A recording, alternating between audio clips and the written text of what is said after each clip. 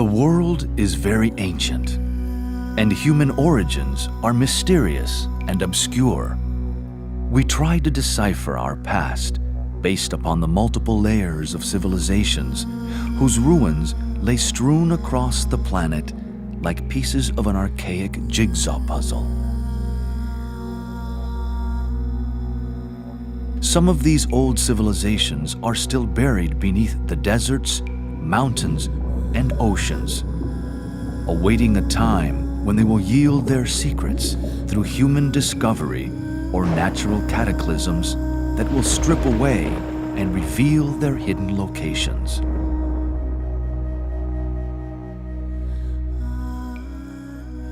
In the unique perspective on history that will be explored in this series, the case for a vaster chronological perspective of history will be investigated, based upon ancient sources hitherto unrecognized by the majority. With limited tools at the disposal of modern sciences, history has been abbreviated into a narrow band that does not sufficiently explain the vast time periods needed to evolve the human form and human consciousness. Deep in our racial memory or collective consciousness lurks the legends and myths of lands and continents that once existed, such as Lemuria and Atlantis. Fabulous stories abound of advanced cultures with their arts and technologies that have risen to great heights and then fallen back into the dust of history once again.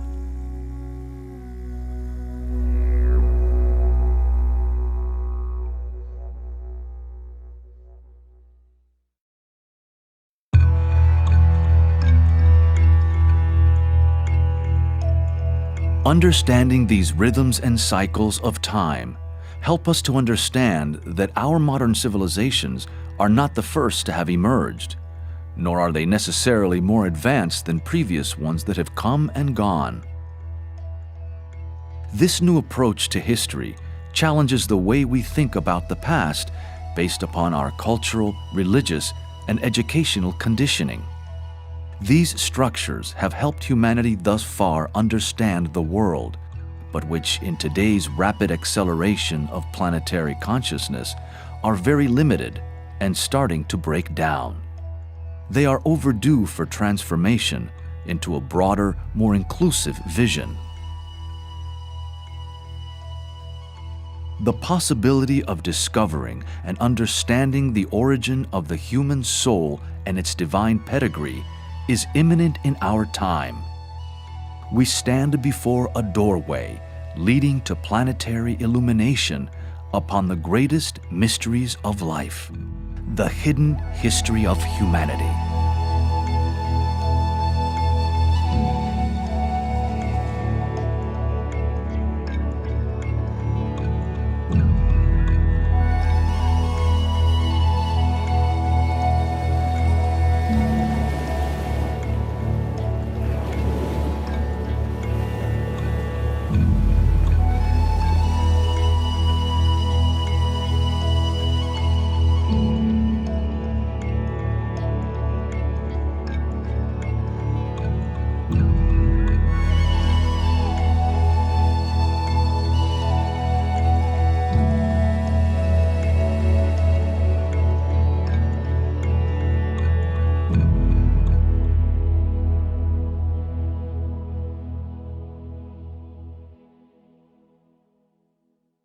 The intention of the Hidden History of Humanity project is to re-establish the correct chronology and timelines for human history.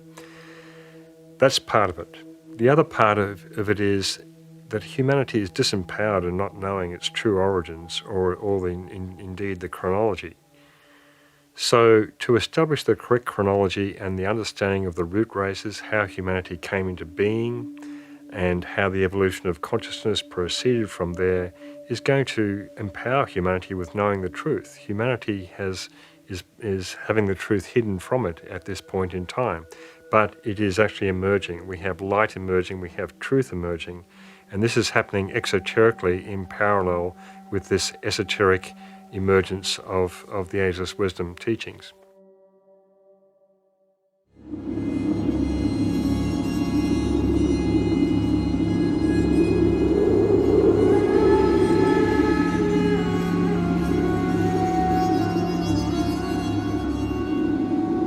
Part of the intention of the Hidden History of Humanity series is to present a chronological sequence of history that demonstrates the evolution of consciousness by humanity, the mystery of when the human soul came into existence and its purpose. This first series will establish a broad structure of understanding for the future series that will elaborate further. Evolution will be traced from before the human race appeared through the stages of the Lemurian, Atlantean, and current root races. It will finish with contemporary humanity that is now transitioning into the sixth root race. It will discuss the evolution that will unfold in the future, always in the context of what has transpired. It has been said that unless we understand our history, then we are condemned to repeat the mistakes of the past. On the scientific side, several key areas will be explored in this history of the root races, such as geology, geography, astronomy, archaeology, and anthropology. From the religious angle, some of the most ancient works will be referenced: the Hindu, Jewish, Persian, Islamic, Buddhist, Gnostic, Celtic, and Christian traditions.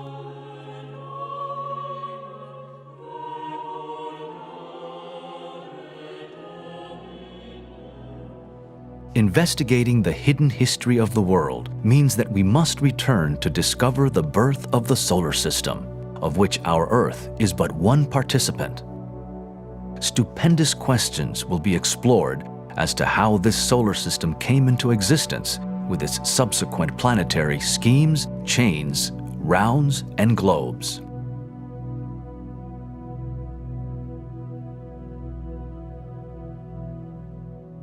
Modern science insists upon the doctrine of evolution. So does human reason and the secret doctrine. The idea is corroborated in ancient legends and myths, and even by the Bible when it is interpreted esoterically. We see a bud slowly developing from a seed and a flower from the bud.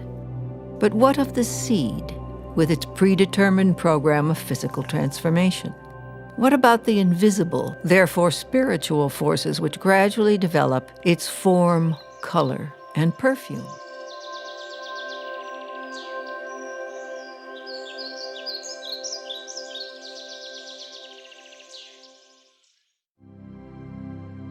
The word evolution speaks for itself. The origin of the present human race pre-existed in its parent race as a seed, in which lies hidden the flower of the next race. The ancestors of the present elephant and lizard may have been the mammoth and the plesiosaurus. Why should not the originators of our human race have been the giants described in the ancient Hindu Vedas or the Book of Genesis? There are several keys to the mysteries, past, present, and future, of the 7 great root races and the 7 great cycles. Every symbol and allegory is said to have 7 keys, the 7 keys to the entrance of the door of the mysteries, and that each key must be turned 7 times.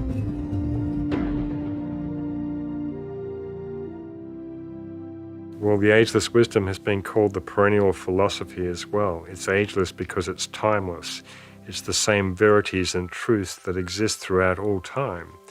And the ageless wisdom teachings come to us in many forms, through mythology, through various amanuenses who have been transmitters of the teachings from the hierarchy of the masters of wisdom, through the ancient Vedas, of course, through the spiritual traditions that exist universally.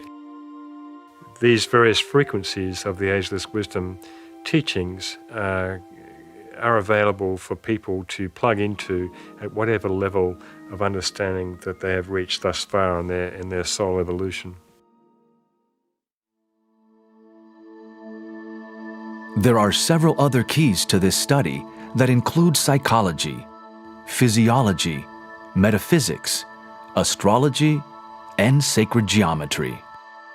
The synthesis of even a few of these keys will shed light upon the evolution of consciousness in the human kingdom, the purpose of the human soul, and its existence.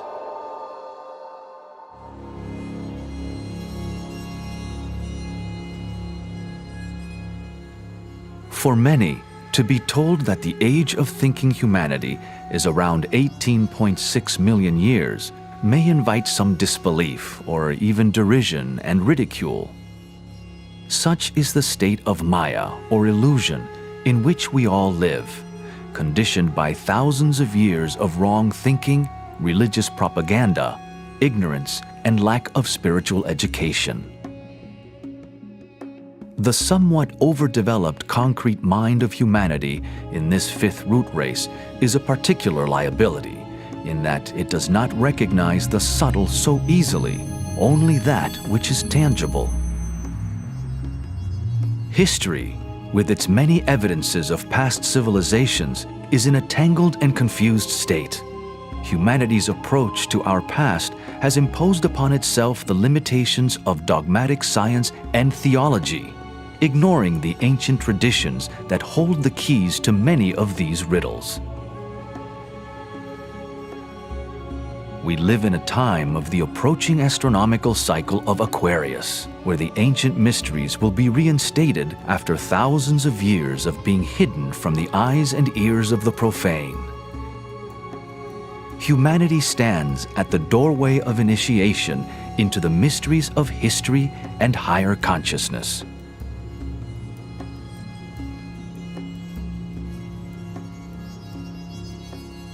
There are many isolated strands in history that can be drawn together. There are many facts that can be collated, especially those corroborated by direct as well as inferential evidence found in ancient literature and history. This is one of the fundamental purposes of the Hidden History of Humanity Project's books and video series. Much of this ancient literature is contained within the Hindu Puranas, the Upanishads, the Rig Veda, the Mahabharata, and the Ramayana. This is logical, for the Hindu tradition is the oldest of our current races. In the Puranas, the meaning and chronological order is very clear. We can count generations of the Manus and their series of incarnations as heroes in the old stories. The Manu sets the tone and type of any given race in terms of its evolutionary goal. The ancient book of Manu gives a complete narrative of creation with a chronology of the divine ages of the heroes through to the appearance of man on earth.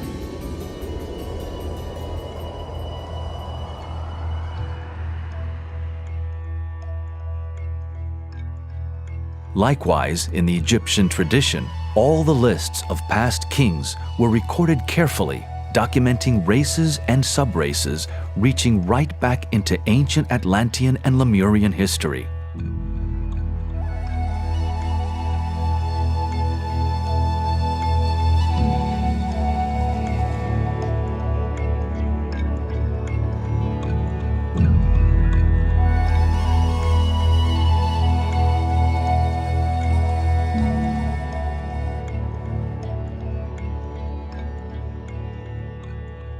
The most recent references to our current fifth root race also come to us from the Old Testament, where the history of all the human races is contained in the first 6 chapters of Genesis. Much of this will also be explored in this series.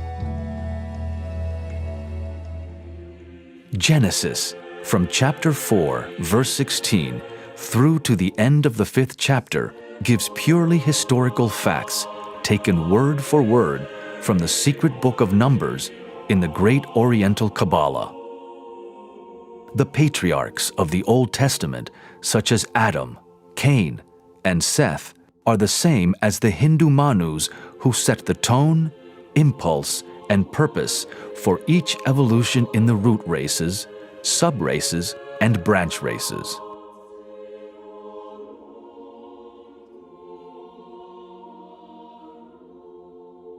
The Book of Revelation chapter 17, verse 10, has preserved a tradition that speaks of the 7 races, where there are 7 kings, 5 of whom have fallen, 1 is, and the other is not yet come.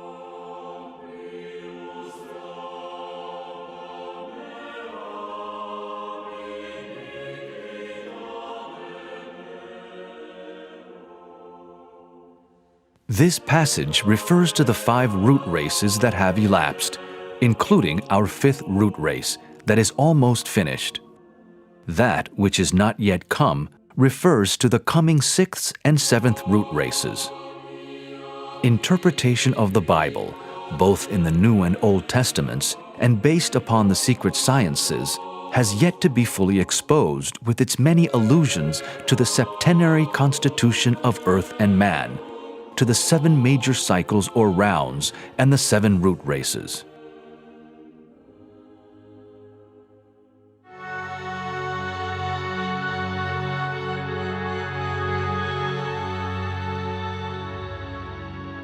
The ancient Greek tradition was also a repository of the ageless wisdom, encoded throughout its wonderful and deeply evocative mythology. The Greek allegories give to Atlas 7 daughters, representing the 7 subraces of Atlantis. These daughters are the mothers of famous heroes, the founders of many nations and cities. Astronomically, Atlas's daughters are the 7 Pleiades. The 2 are connected with nations whose destinies are shaped by the past events of their early lives according to universal karmic law. In the Greek tradition, the root races are divided into the Golden, Silver, Bronze, and Iron Ages, and have an identical correspondence to the Hindu Yuga cycles, such as the Kali and Satya Yugas. The 3 one-eyed giants of Greek mythology are a reference to the last subraces of the Lemurian root race.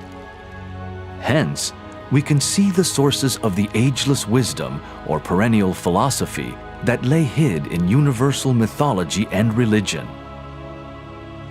The same or similar stories are told in all cultures, indicating the consistency and veracity of these ancient stories within the collective consciousness of humanity. Mythology is one of the great keys to studying the mysteries, because the mysteries are encoded in mythology, in Greek mythology, in Scandinavian mythology, in mythology of all traditions. Like music, mythology is one of the great universal languages that we can understand and which anyone can tap into quite easily for understanding the archetypes of the gods that are described in the various stories. In mythology, we have the stories of all the planets and their relationship to one another, personified by the planetary gods. We have Zeus, Jupiter, and Mars, and Venus, and Mercury. They all have these various stories which describe their interrelationship with one another. The ancient wisdom teachings are encoded in all mythologies, East and West.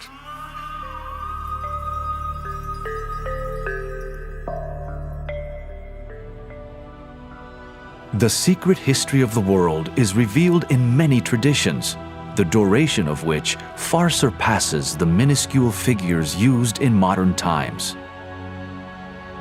In the denial or ignorance of its true origins lies the source of disempowerment for humanity, in not knowing its divine source, the nature of the human soul, and the very lengthy evolution of human consciousness.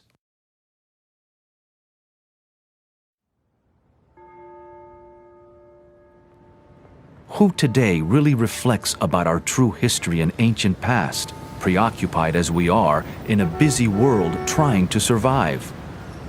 Most people accept the culturally conditioned views of the Western Bible and/or modern science, both of which do not, on the average, offer more than 5,000 to 10,000 years for the origin of human civilization.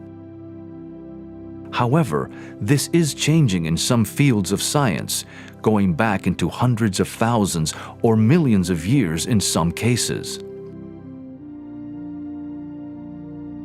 In our current fifth root race, resonant with 5, the number of mind, there has been achieved a perfection, refinement, and quintessential expression of the concrete mind.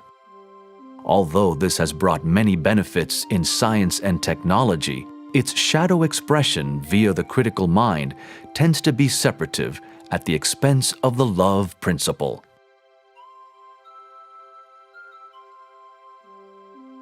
The lower mind only functions through the 5 tangible senses. In the coming Aquarian cycle, the secret sciences will blend more fully with mainstream science. The 6th sense, or intuition, is in its early stage of development in this imminent 6th root race, hence perception of the more subtle aspects of human evolution, such as the aura, chakras, and the invisible forces behind nature, is still limited, unrecognized, and unrealized by the majority. With regard to our history, there are many crystallized belief systems that influence current world thinking. They are compounded by an unquestioning and undiscriminating acceptance under the authority of modern science or religion.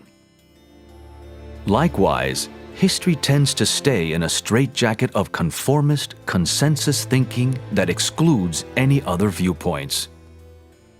This is changing, however, almost imperceptibly, as inquirers from many disciplines are questioning existing viewpoints of the status quo. They are uncovering more and more evidence that will continually transform current thinking. This Hidden History of Humanity project series is part of this incoming wave, expanding our worldview, pushing us ever forward in our evolution.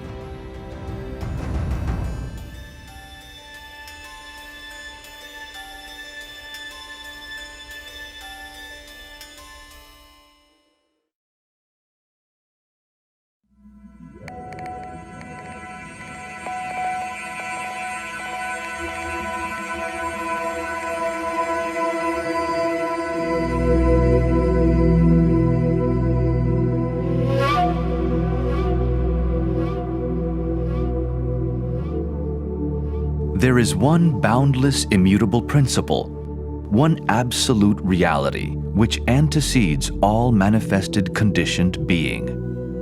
It is beyond the range and reach of any human thought or expression.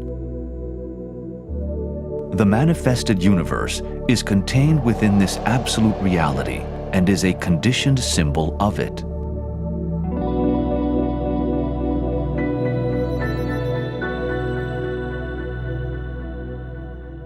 Our planet and the whole cosmic scheme, with its suns, constellations, galaxies, and attendant planets, are part of one great cosmic plan whereby ever-increasing expansion of consciousness occurs.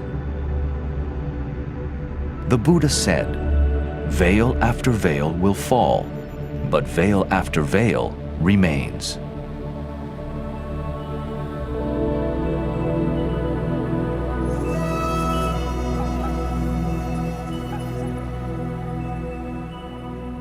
The cosmos is ever expanding. Speculation on the intelligences and hierarchical orders of worlds is evident in many traditions. One can only ponder on the rich diversity of life within this living cosmos. All of these factors inform us that we cannot possibly be the only form of creative intelligence in this vast panorama of worlds. And humanity is coming to this gradual realization and imminent revelation in fact.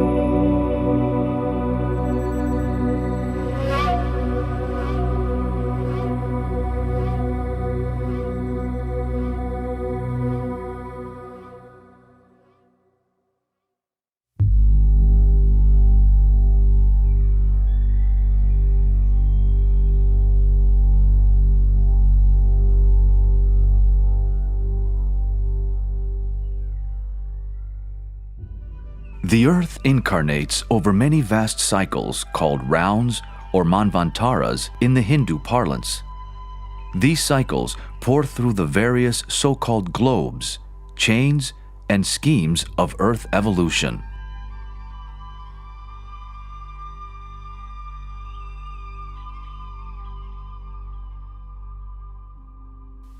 The rounds are enormous periods of time, and there are 7 rounds that correspond to each planetary incarnation or globe of the so-called planetary logos.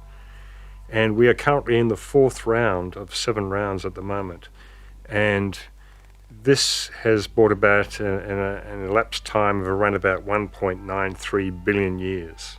We are halfway through this globe period. And these rounds are broken up into 2 other lesser cycles of 317 million years each, and these are called manvantaras. Manvantara, though, can be a generic name applied to any cycle. It literally means between 2 manus, and the manu is the being who sets the archetype for any particular race.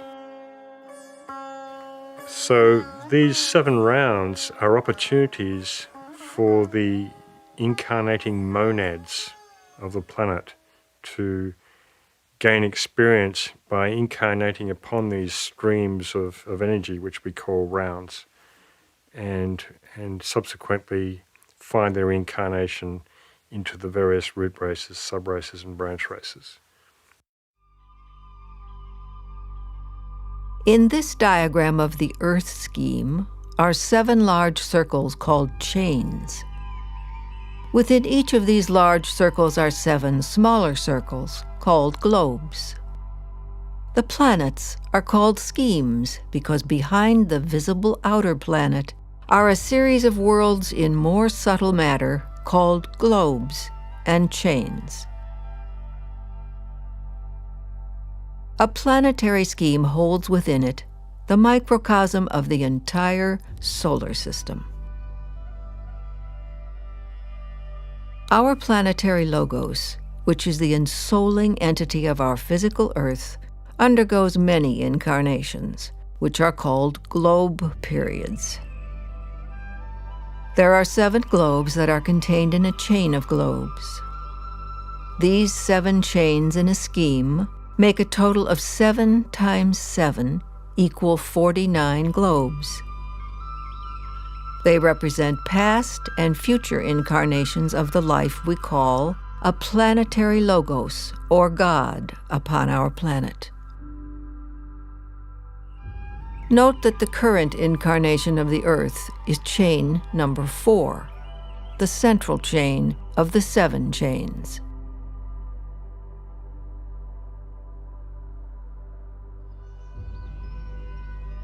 The 3rd chain is also called the moon chain, a previous incarnation of the Earth, for which our moon today is a remnant and reminder.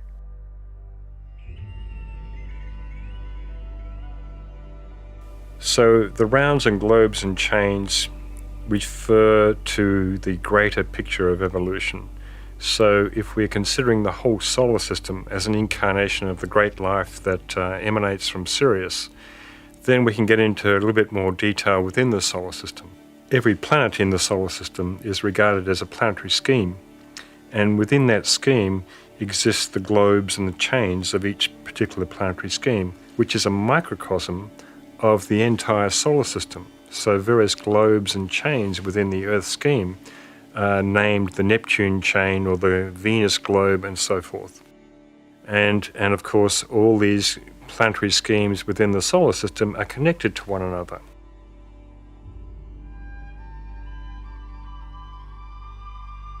In time and space today, our Earth scheme is currently in the 4th globe of the 4th chain, about halfway through its evolution.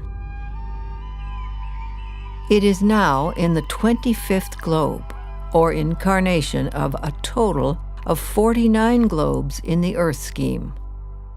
A globe period lasts for 4.32 billion years.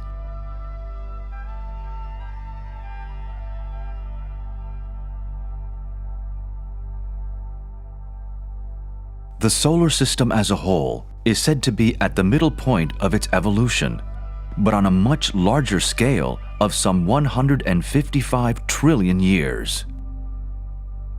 The Yuga cycles have been described as symbolic by many modern scholars, but they are also literal in terms of time measurement.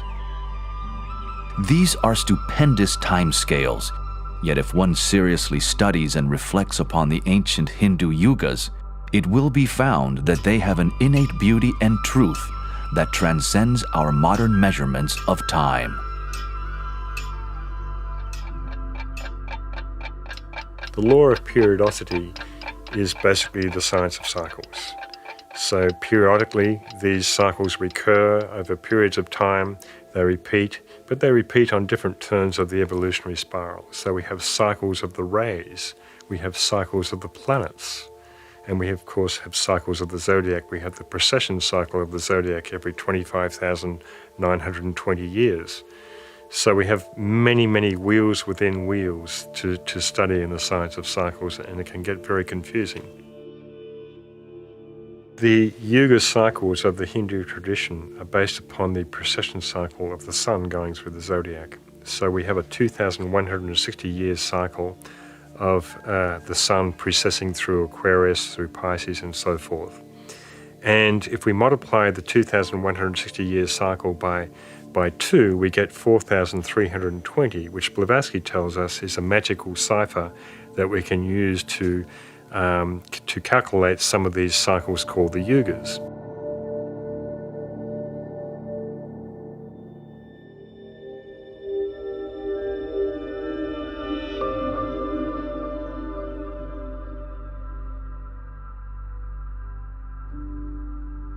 Here is a simple representation of the proportion of the 4 yugas that comprise a Maha Yuga, or Great Wheel. The lesser yugas, or wheels, are the wheels within wheels. The yugas above describe the 4 yugas of this current 5th root race that started almost 4 million years ago, starting with the Satya Yuga and moving clockwise through the lesser yugas to finish at the Kali Yuga that started around 3000 BC.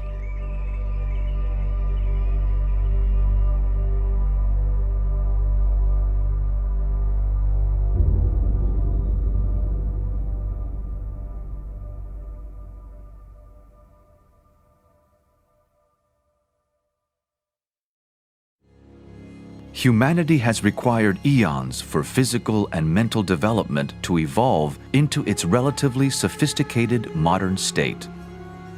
What do you think? Have you ever wondered just how long it has taken human evolution to unfold? Have you accepted what you were told at school or believed what adamant biblical scholars have declared? Or have you gone along with modern science's authority? How can we consider a longer time frame for history which ultimately conceals the greatest puzzles of existence and the mystery of the human soul?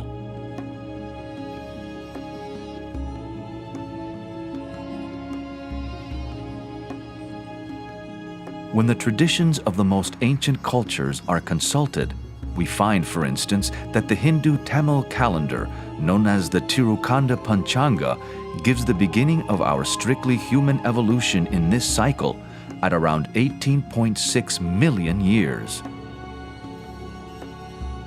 These cycles also go back into trillions of years, and the Mayans have documented them in the billions. Are these figures fanciful, symbolic, or factual and literal? Although there are paradoxes about certain timescales between ancient sources and modern science, there is agreement about some of the really big cycles. For instance, noted scientist, the late Carl Sagan, said, "The Hindu religion is the only one of the world's great faiths dedicated to the idea that the cosmos itself undergoes an immense, indeed an infinite, number of deaths and rebirths. It is the only religion in which time scales correspond to those of modern scientific cosmology.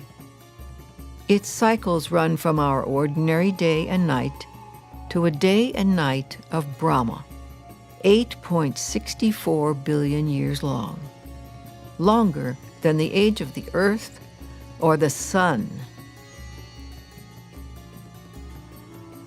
Physicist Fritjof Capra, in his best-selling book, wrote, "This idea of a periodically expanding and contracting universe, which involves a scale of time and space of vast proportions, has risen not only in modern cosmology, but also in ancient Indian mythology. Experiencing the universe as an organic and rhythmically moving cosmos, the Hindus were able to develop evolutionary cosmologies which come very close to our modern scientific models."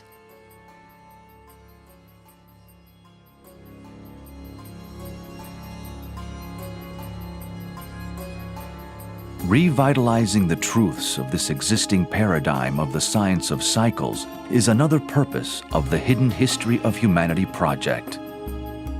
It is an inherent part of the ancient wisdom of several cultures, part of our racial memory that we can all intuitively tap into, recognize, and understand.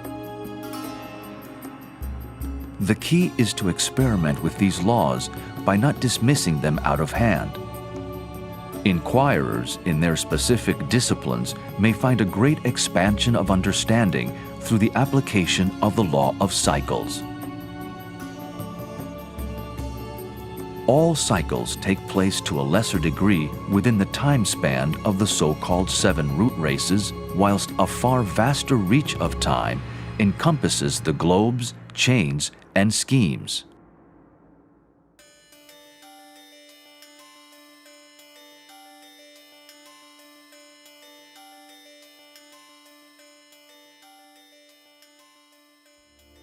Humanity is somewhat disempowered in not understanding its past, which is the origin and purpose of the human soul. Also, there has not been a fixed time from which to reckon, by which to measure history. And saddled with the shortened chronology that is supposed to explain the entire unfoldment of the human race, a distorted reality has been created. The spiritual path is one of forever peeling back layers of illusion, and the mystery of human evolution is one of the greatest secrets yet to be fully revealed.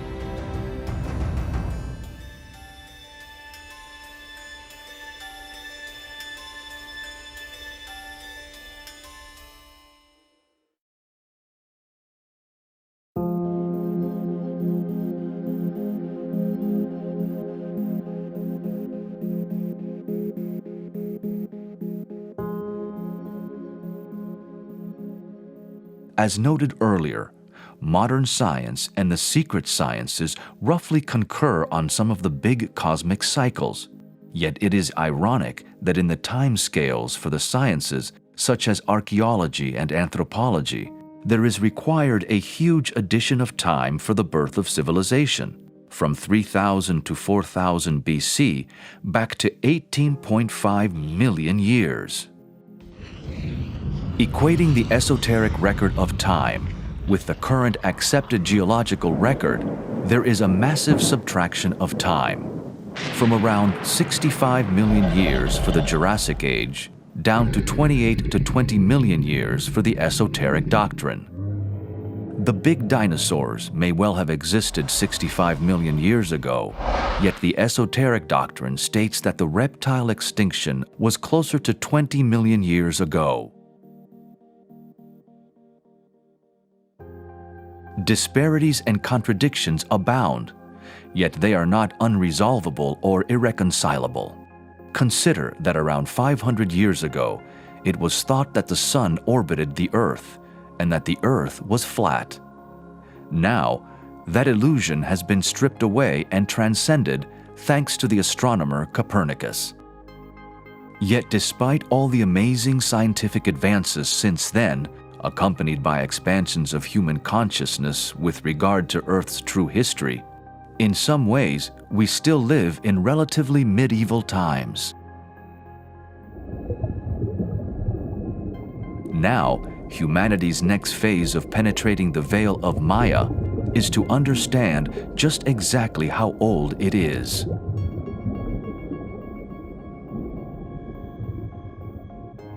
Time is an illusion. Yet just as a human being has its allotted lifespan, so do all other lives, plants, solar systems, galaxies, races, civilizations, and nations. All entities, therefore, have a measurable cycle in which to achieve certain goals in their evolutionary pattern. Esoteric cycles are based upon the astronomical precession of the Earth orbiting the Sun. It takes 2,160 years for the Sun to precess through one sign of the zodiac. From here, all the greater cycles are measured.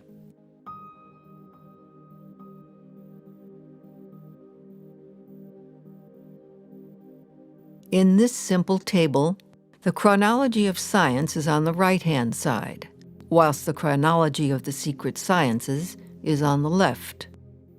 The figures are in millions of years. Even though there are large disparities between the figures, when more understanding of the process of dating the Earth is acquired, these figures will concur with one another. In this table, we can see that the astronomical precession cycle of 2,160 years is the basis for all the greater cycles, of how 12 of these cycles create a great year of 25,920 years, of how multiples of the 4,320 cycle create the figures of the Hindu yugas. And then as we move down the table, we can see how these yugas mathematically compose the Mahayugas and the Manvantaras, or rounds. Eventually, a day of Brahma is reached, delineating the time for an entire globe period, or one incarnation.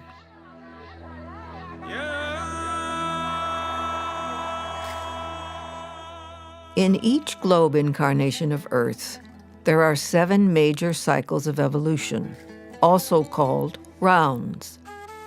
The rounds are composed of 2 cycles each, called Manvantaras, that total 14 in all. The rounds are cycles wherein the life wave of human spirits incarnate through a planetary scheme and its chains and globes. This human life wave experiences life in all kingdoms, starting with the mineral, vegetable, animal, human, and finally the kingdom of souls.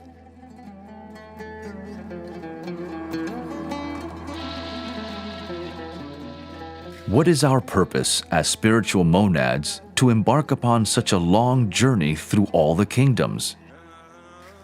Part of the answer to this mystery is to evolve and grow, and to bring evolution upon Earth to perfection, eventually to the status of a so-called sacred planet. This has ramifications for the greater life of the solar system and its own evolution as a whole. We can see, therefore, the inseparability of ourselves from the great Creator and all kingdoms in nature, for they are all modes of expression for this great being to redeem, purify, and transform into higher consciousness, thereby eventually joining a greater evolution with the other planets in the solar system.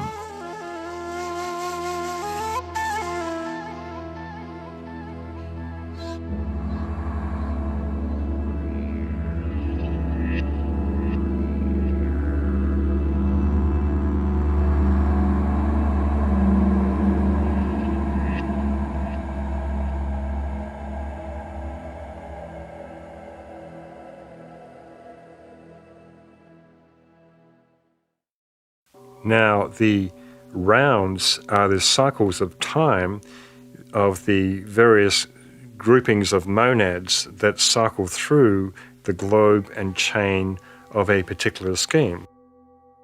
The rounds extend for a period of 617 million years, and they are composed of 2 manvantaras, which are 308-odd million years each. And so there is a certain inbreathing and outbreathing of these manvantaras or cycles of time. In each of the great cycles we call rounds, there are 7 root races. Combined with the 7 rounds, this makes a total of 7 times 7, or 49 root races in a globe period. As above, so below. Just as we explored the 49 globes of the planetary scheme, so this evolution is reflected in the 49 root races in just one globe period. These rounds and root races provide the physical body of incarnational experience for our Earth logos. Human souls are light cells within this greater body of God. Within each root race are 7 subraces, and within each subrace are 7 branch races. 7 times 7 times 7 equals 343 races, all with their allotted cycles, providing a highly diversified human expression throughout the ages. The branch races, in their turn, give birth to the nations. A root race is a planned unfoldment of consciousness, where a certain archetype is created by the so-called Manu of the races, and various civilizations unfold within that particular time period of a root race, which of course encapsulates 7 subraces and 7 branch races within each subrace, giving many, many different incarnations and possibilities of civilizations, and of course all the soul groupings, the 7 race soul groupings, who incarnate through those particular branch races and subraces and root races to gain experience, and of course all aim towards enlightenment and liberation ultimately.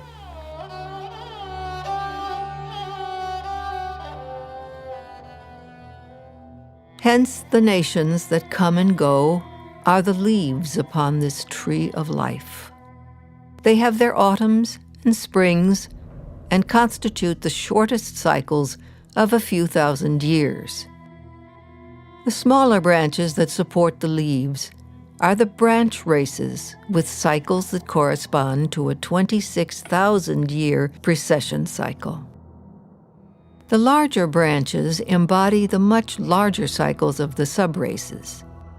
The trunk of the tree represents the largest cycle embodied by a root race. All the races and subraces that evolve are seeds for the next level of evolution. All races and subraces have a long overlap. So whilst one race is unfolding, it will give birth to another distinct race that will unfold on a partially parallel timeline. Although this is a 2-dimensional diagram, we can think of time and evolution as spiralic.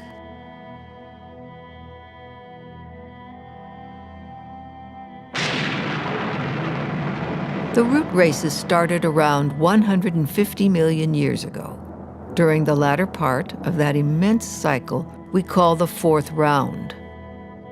The first 2.5 human races were in the subtle or etheric realm, and gradually evolved into a physical form with skin and bones in the middle of the 3rd root race of Lemuria.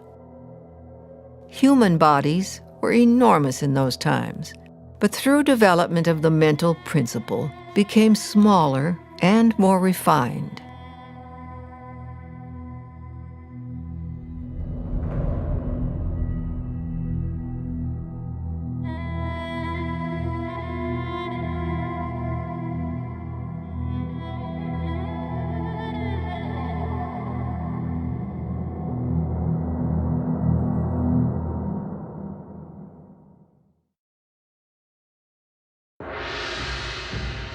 Halfway through the 3rd or Lemurian root race, in the precise evolutionary cycle, a magnificent preordained spiritual event occurred on earth. It was the coming of the Lords of Flame, who imparted the spark of mind to humanity. This was a humanity who were hitherto only members of the animal kingdom, with animal instinctual awareness and in reality no mind. This period is known as individualization, and it is where Earth's greatest mysteries lay hidden. The Lords of Flame are also known as Kumaras, and emanated from an evolution from within the Earth scheme called the Venus chain. It was an evolution associated with Venus, but not from the planet Venus per se. Remember, each planet is a scheme of chains and globes, which are a microcosm of the great solar system. The planets sing together, creating the music of the spheres, a cosmic symphony. The presence of these 105 Kumaras created a great influx of force, so powerful that a mighty storm raged over the planet, destroying most of the animal kingdom, dinosaurs and humans alike. The advent of the Lords of the Flame, the electrical storm which ushered in the period of man, was distinguished by disaster, chaos, and the destruction of much of the animal kingdom. The spark of mind was implanted in humanity. The strength of its vibration and the immediate effect of its presence caused the death of the animal form, thus producing the immediate possibility of the newly vitalized soul bodies, vibrating to such purpose that new physical bodies were taken for incarnation.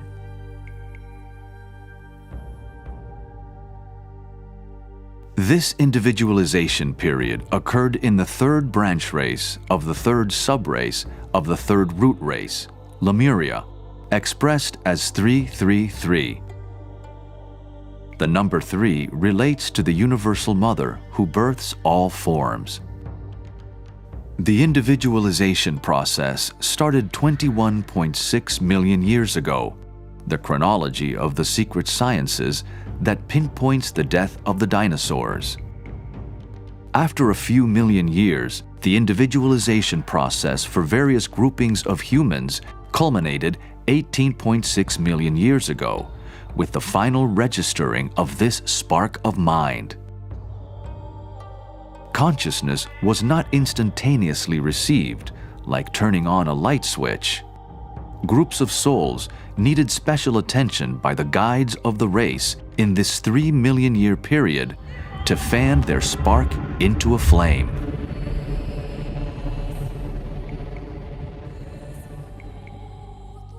During this period, another miraculous evolution occurred. The future humans, who were hitherto members of the animal kingdom with only instinctual consciousness, were hermaphrodite also. In other words, they reproduced themselves without the aid of any mate. Thus, hermaphrodite humanity gradually transformed into a two-sexed species over this 3 million year period. By the time the process was completed, it corresponded to the completion of the individualization period 18.6 million years ago in the 5th subrace of Lemuria. Male and female then started to reproduce the way humans do today. Adam and Eve in the garden represented this separation of the sexes, whilst the eating of the apple was the gaining of consciousness.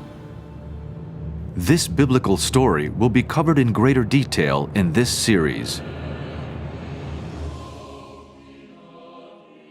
If we study the individualization period, we can find most of the mysteries of humanity are encoded around this time. The period of individualization represented the awakening of humanity, who were previously part of the animal kingdom, unawakened pretty much with animal consciousness at that time. It occurred back in Lemurian times, halfway through the Lemurian root race, and it was kick-started or triggered by the so-called Lords of Flame, who came from an evolution within the Earth scheme. This evolution within the Earth scheme is associated with Venus, but it was not Venus per se.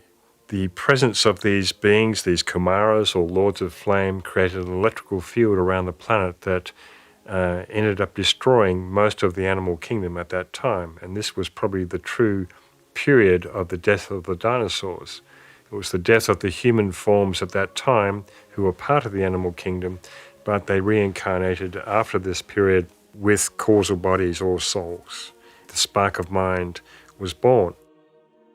This occurred around about 21.5 million years ago, but it took about 3 million years to fan the spark of mind into a greater flame, so to speak. And over this 3 million year period, humanity became individualized in various ray groupings around the planet.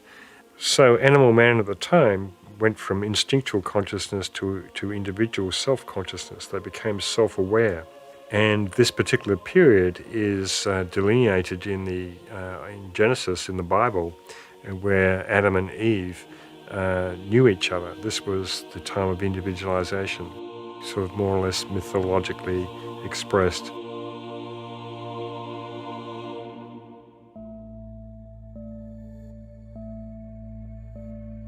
This table shows the timeline that corresponds to these subrace events in Lemuria.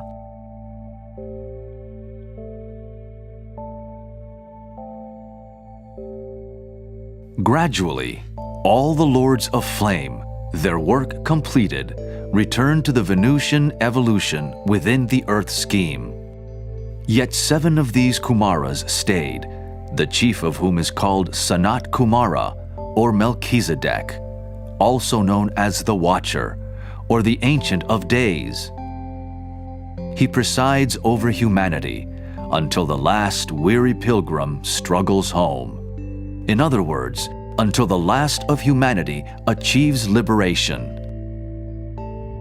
This was also the time of the establishment of the planetary center called Shambhala, over which Sanat Kumara presides.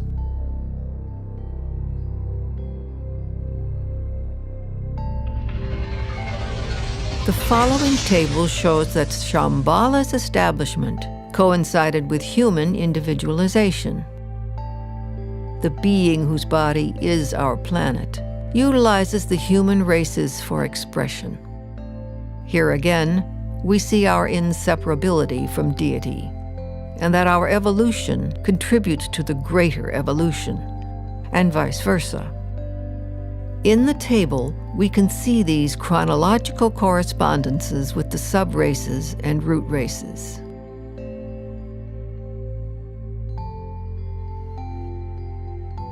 The humanity of that ancient time was enormous in stature, though evolution has been refining and decreasing in size up to our present day. Even over 4 million years ago, when the final destruction of Lemuria occurred, just before the first Atlantean destruction, there were still very large giants. Indeed, the statues of Easter Island that are about 30 feet or 10 meters high are representative of the height of the giants of that time.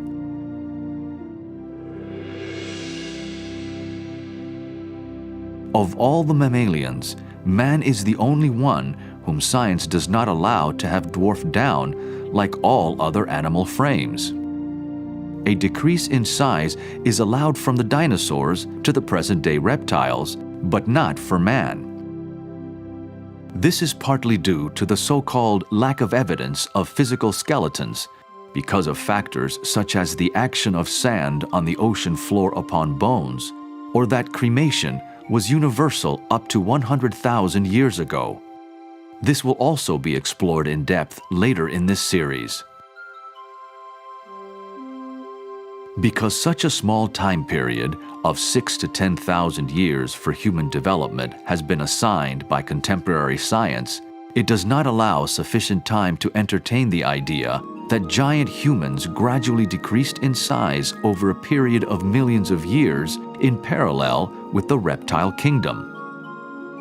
In other words, in Lemurian times, humans were about the height of dinosaurs. Over the past 20 million years, reptiles and humans have decreased to the size they are today.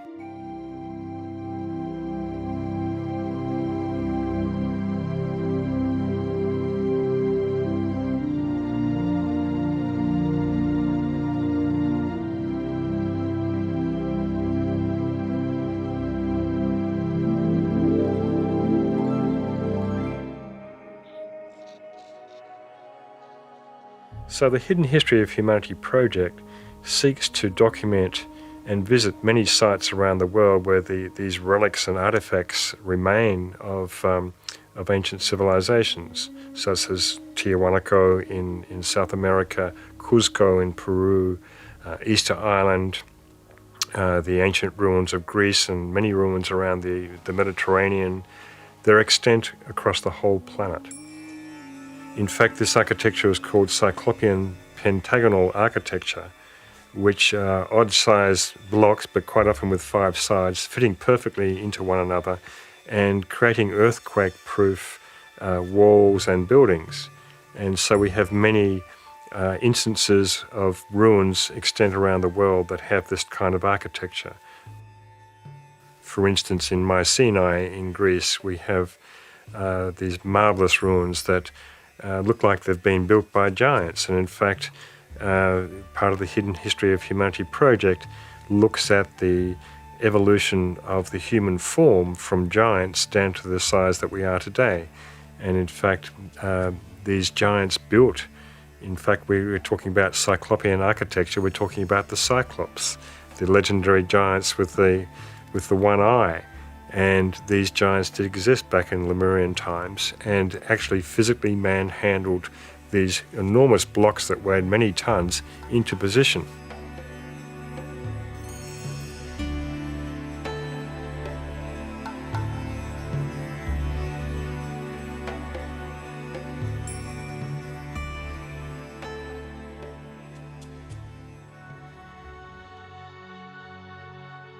The Titans of old and the Cyclops, legendary three-eyed mortals, belong to the 4th Atlantean root race.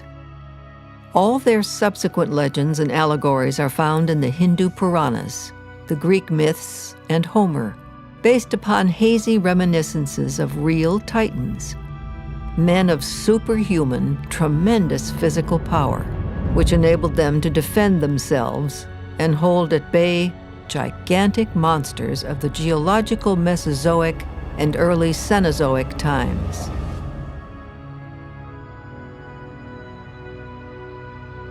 In the mythology of the ancient Cyclops, the 3 giants with one eye are said to represent the last 3 subraces of that newly conscious Lemurian race. At the peak of physical development in Atlantis, they have been described as towering giants of godly strength and beauty and the depositaries of all the mysteries of heaven and earth. The giants of both Lemuria and Atlantis were able to build large structures and lift enormously heavy slabs of stone, but also had at their disposal technologies that allowed stones weighing many tons to be lifted effortlessly. An imperishable record about the gradual evolution of the races has been left for us in the Bamiyan statues of Afghanistan. They were created during the Atlantean flood, when initiate adepts of Atlantis were taking refuge in the Central Asian mountains. The 5 different sizes of these statues are said to represent the height of the 5 root races in their enormous early etheric stages and in their later, still gigantic, and then smaller physical development.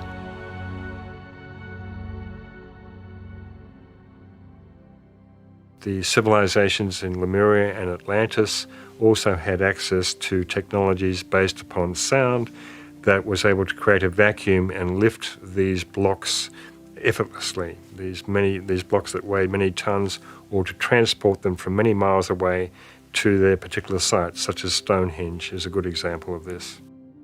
And in many of the mythological stories in South America, in the Celtic countries of Europe, we find very similar stories of a magician or a sorcerer who transported these stones from many miles away effortlessly through the air. The transport of these stones may seem like a magical process to us, but to those who had the knowledge, it was simply about rendering the atoms within these stones weightless. And this is the science of magic.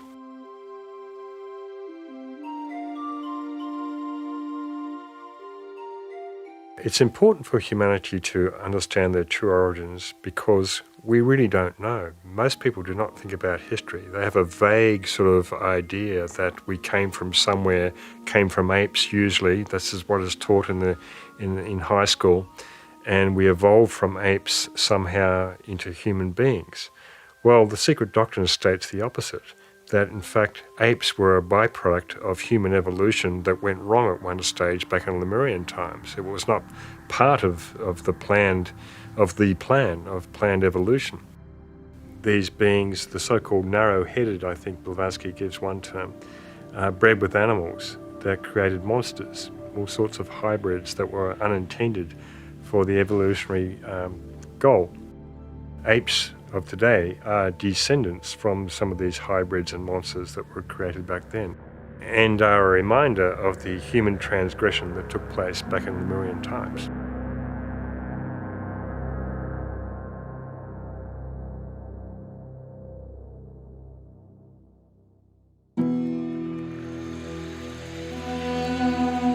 According to occult doctrine, humans bred with animals in Lemuria, creating an unnatural and unplanned linking.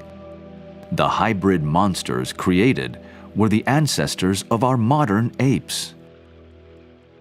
At individualization, certain groups of souls refused to incarnate because they regarded the bodies at their disposal as too coarse. They were ultimately responsible for the groups of humans that caused this evolutionary anomaly, the so-called sin of the mindless. The modern-day orangutan is a peculiarly human reminder of that ancient transgression, and today these apes are getting much publicity because their habitats are being destroyed in Indonesia through rainforest logging. When the unplanned inbreeding occurred with animals, the celestial guides immediately struck some groups with sterility in order to halt that which was not in the program of the divine plan.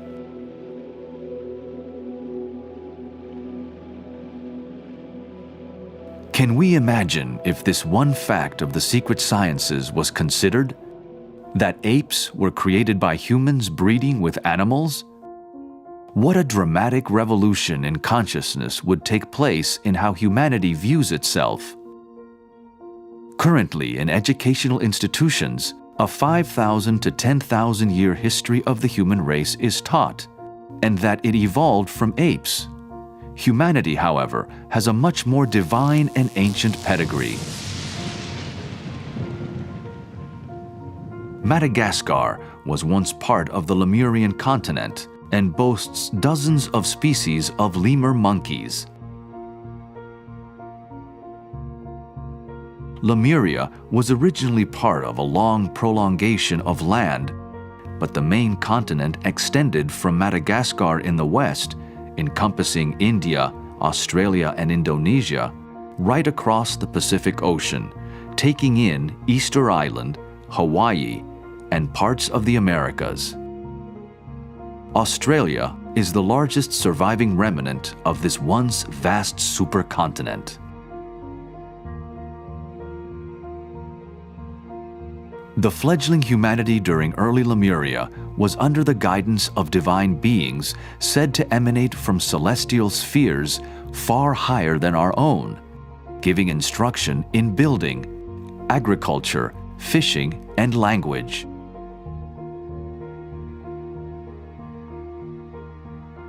These divine beings are the source of modern speculations that Earth has had many visits from ancient aliens. These same speculations tend to attribute everything to them, which is not necessarily the case.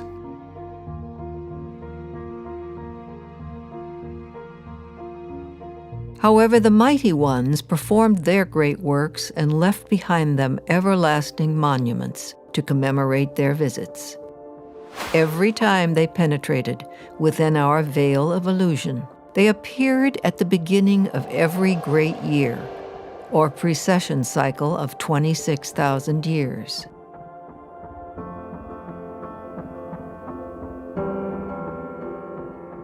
In ancient Chaldea, these beings were called the Kabiri, or Kabarim, meaning the measure of the heavens. In order to prepare suitable candidates for initiation, it was decided about 17 million years ago to build an organization and a headquarters for the mysteries.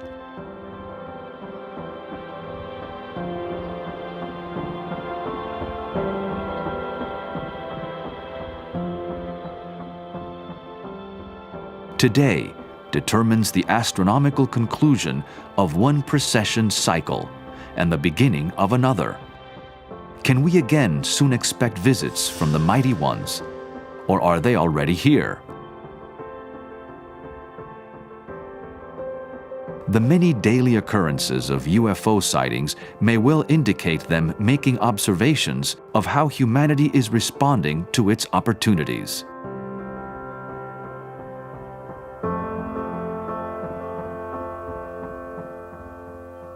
There is no doubt that advanced beings have always assisted humanity. From the first Kumaras of ancient Lemurian times, who taught building and agriculture, to the Kabiri, who have visited every 26,000 years to seed another impulse for the next cycle. Yet Earth evolution has seen the perfection of many of its own who have chosen to remain behind and guide humanity. The masters of the wisdom and the adepts of Shambhala have possession of the secret knowledge that lays behind the ancient lost technologies such as pyramid building, lasers, and anti-gravity flying craft.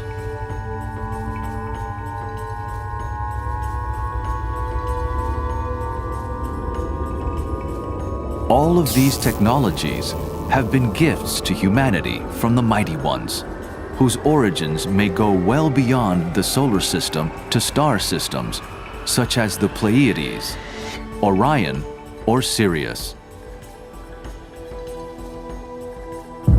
Yet because of abuses of those gifts, these God-given things have been taken back, as a parent takes matches away from a child.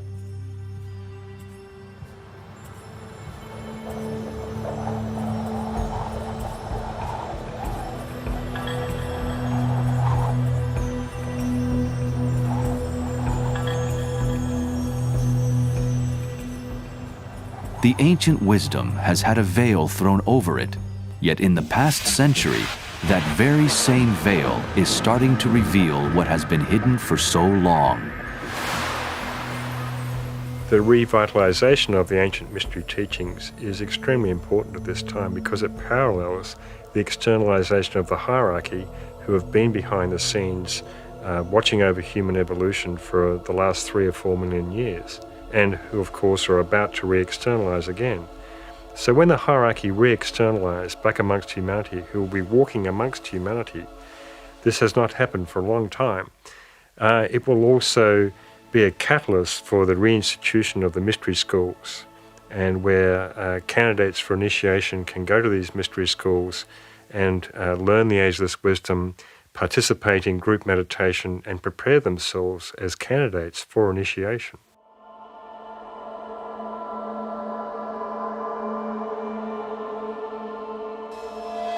Unlike ancient times, when the human race was guided by mighty celestial beings, the guidance now comes mainly from the secret adepts, those who have run the full gamut of human existence and become perfected, whose spirits have triumphed over matter and who can bend matter to their will, who now serve humanity by watching over and guiding their progress, allowing as much as possible for human free will to determine its own destiny. Yet this inner government of the planet surely interacts with and regulates the presence of extraterrestrial visitors.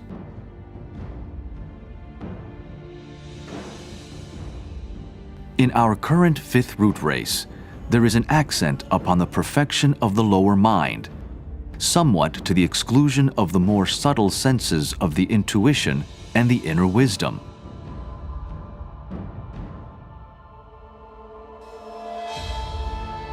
Hence, we must be careful not to interpret ancient texts, symbols, and statues literally or too materialistically, especially if we lack an understanding of the subtle constitution of man. The ancients were far more poetic and artistic in their expression of the inner secrets. Many phenomena can be speculated to have origins beyond our Earth, and indeed, there are some who look entirely through this prism. Yet many phenomena, if not most, are generally generated within the Earth due to the law of cause and effect or karma, and the rectification of natural laws and principles which govern Earth life.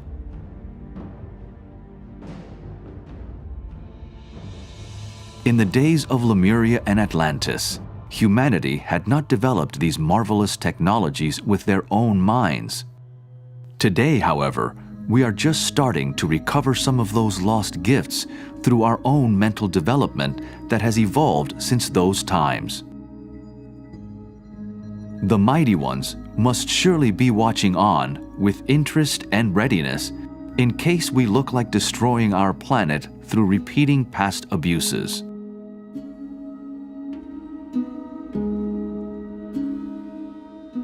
So the reason for this series of documentaries is to really illustrate how the true history of humanity has unfolded and how humanity can be empowered by knowing its true origins and knowing where it stands today in time and space. And this will help people to make decisions about their future and to play their part far more consciously within the greater divine plan.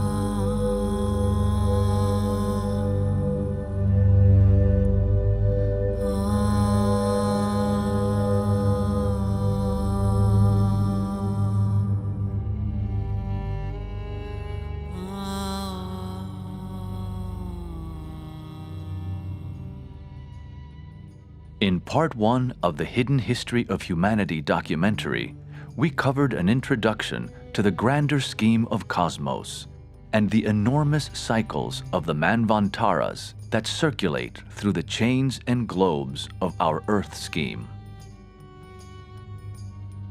This involved the consideration of the Hindu yugas and astronomical precession cycles, plus the cyclical nature of time, all inextricably linked with the unfoldment of the root races, sub-races, and nations, in short, the history of civilization. We examined the idea of human individualization in ancient Lemuria and the implantation of the spark of mind that started the evolution of consciousness throughout the root races.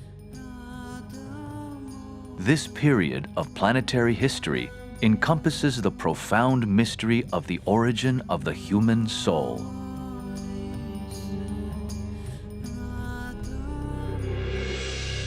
The nature of the planetary center we call Shambhala was explored, plus those who guide humanity, the lords of the flame, the mighty ones, and the masters of wisdom.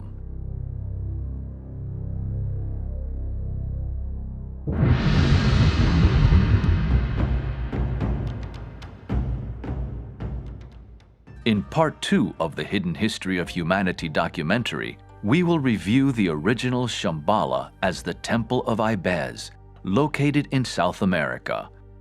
Also, the evolution of the Atlantean root race, giants, megalithic constructions, and the Great Atlantean War, as told in the ancient epic, the Mahabharata.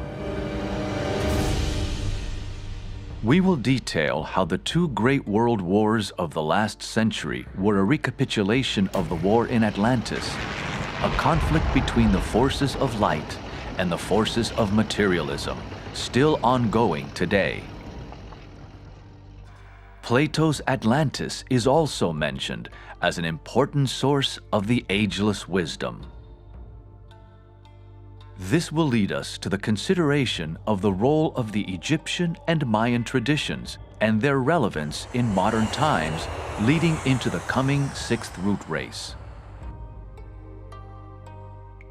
We will explore the importance of Britain, the United States, and Brazil as a triangle of nations preparing us for the sixth root race, imminent Earth changes and cataclysms, the year 2025, and the reappearance among humanity of the Masters of Wisdom for the first time since those ancient Atlantean days. All these changes will be occurring on the eve of the Aquarian cycle, where spiritual initiation will be achieved en masse, and the expansion of human consciousness will go steadily forward.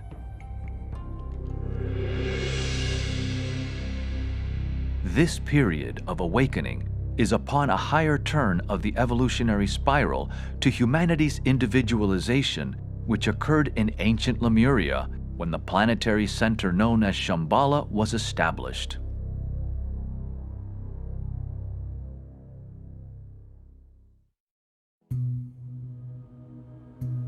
It is highly likely that this original Shambhala outpost could have been in Brazil or the region of Lake Titicaca, straddling Peru and Bolivia. In these early Lemurian times, human bodies were gigantic and clumsy, requiring instruction in what we now call Hatha Yoga, in order to coordinate the etheric body with the physical. This was the first spiritual goal for humanity and represented the first initiation.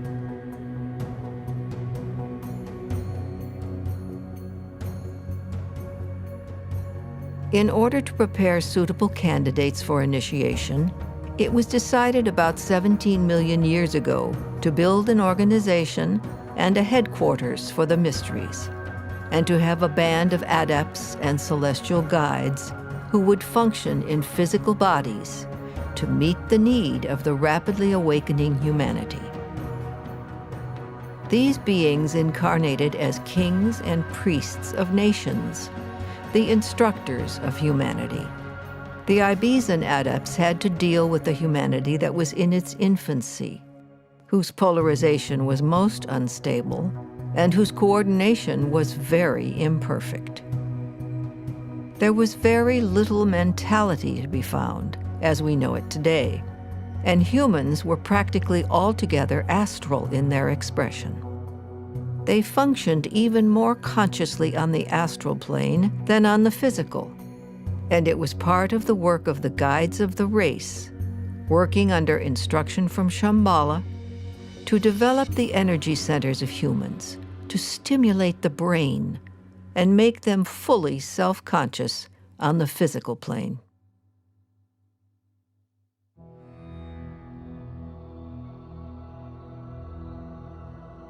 The infant humanity of Lemurian and early Atlantean days had to be taught who they were by means of symbols and methods, which to us would be crude, impossible, and of a nature which the race should have transcended many millions of years ago.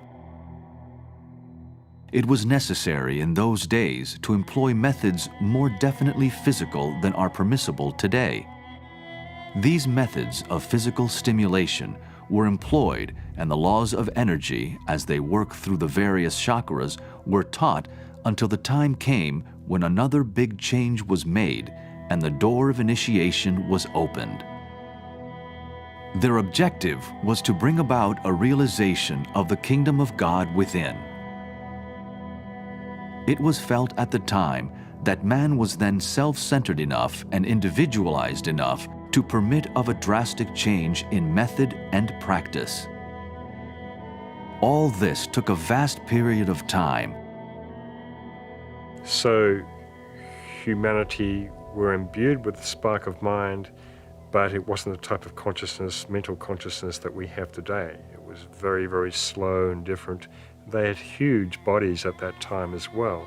The bodies were not refined, they were somewhat clumsy, and so the first yoga of the Lemurian race was Hatha Yoga, the coordination of the etheric body and the physical body.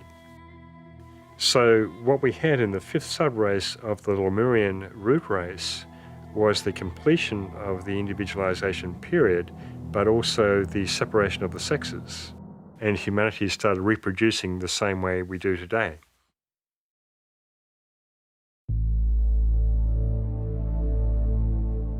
Almost immediately after individualization in Lemuria's fifth subrace, the Atlantean fourth root race came into existence and developed in parallel with the Lemurians for millions of years.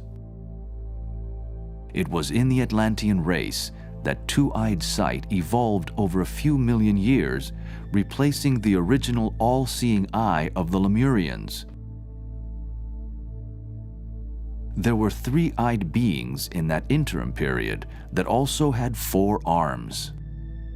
Gradually over the next few million years, as the Atlantean or fourth root race came into fuller expression in its first few subraces, this all-seeing eye at the top of the head receded into the brain, where its remnant, the pineal gland, sits today.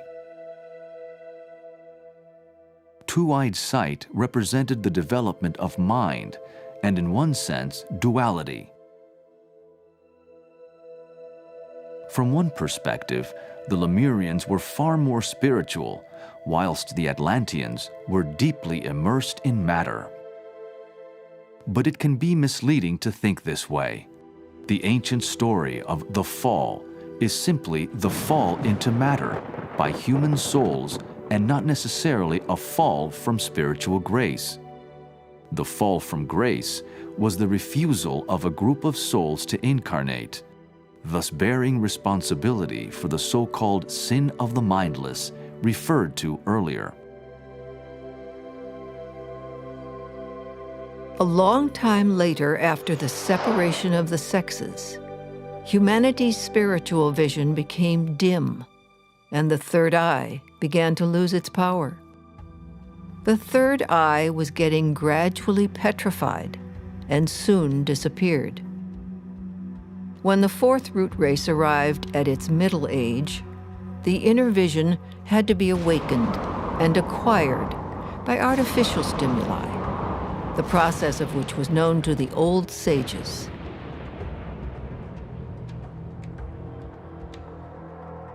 The science of initiation was introduced by Shambhala's masters and adepts in order to hasten evolution because our Earth scheme had fallen behind in the previous cycle of the moon chain, deemed a failure.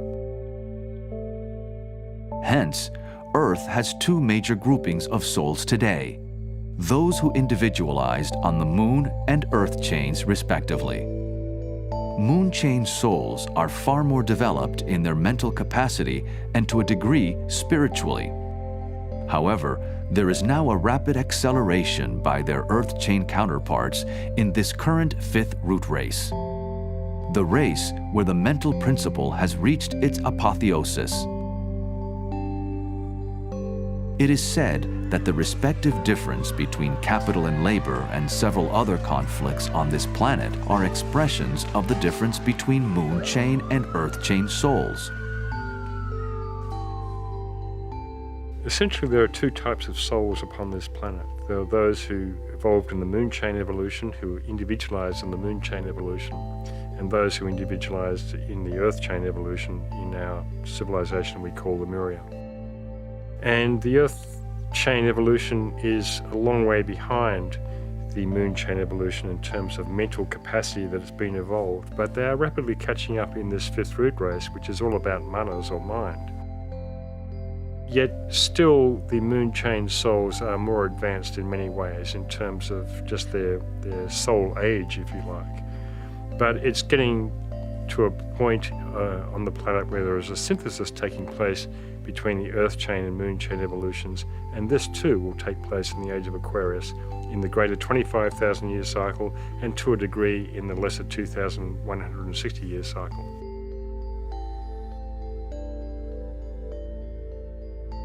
The early subraces of the fourth Atlantean root race saw an acceleration of consciousness take place, caused mainly by the large influx of souls from the moon chain. They had been held over in a kind of sleep state called pralaya, waiting for Earth chain humanity to catch up in their mental development, relatively speaking. In Atlantis, many scientific technologies were gifted by the guides of the race to humanity. Astronomy and astrology came about. The arts and sciences were developed. In the esoteric sciences, it is estimated that this period was around 10 million years ago. Other gifts were the artificial awakening of psychic perception within the race. Yet this was ultimately misused and abused, as was the developing mental principle.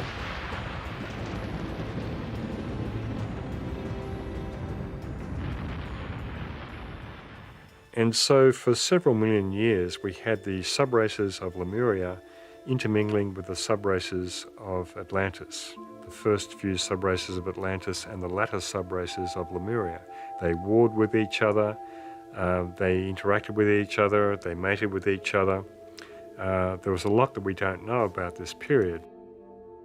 And so the consciousness in Atlantean times was relatively unevolved. They were mainly emotionally or astrally polarized. And so the guides of the race awakened them artificially. They had the third eye factor in their consciousness awakened, and they were able to see psychically. And because they had not developed the mental capacity so much, they were given many gifts of technology by the guides of the race.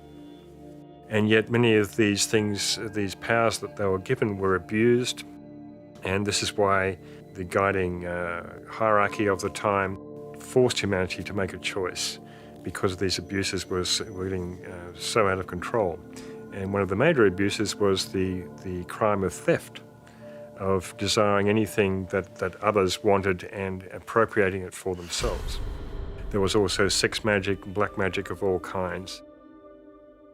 The humanity of that time were far more emotionally polarized. They hadn't really developed the mental function so strongly, except for the initiates and disciples of that time.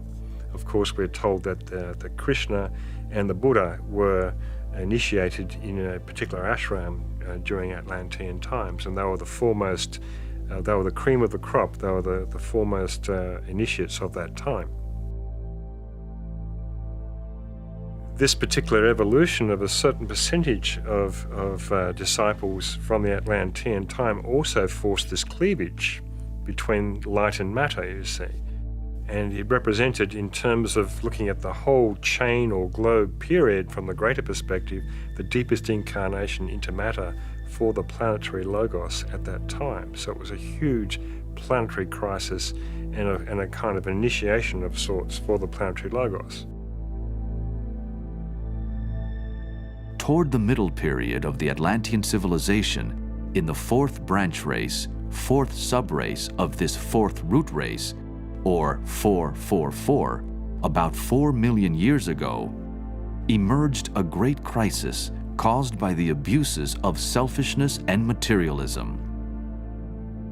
The watching guides of the race who walked amongst humanity and who were leaders and kings of nations had to draw a line, declaring, "This is the way of light.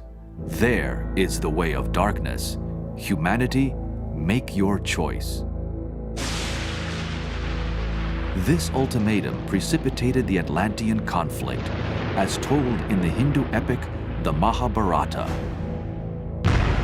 it represented the deepest point of incarnation into matter for our earth deity.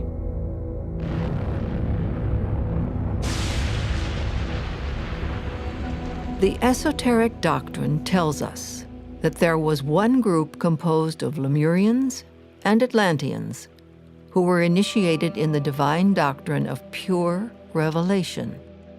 Yet there was another group who inhabited the lost Atlantis and were born with a sight which embraced all hidden things and was independent of both distance and material obstacle.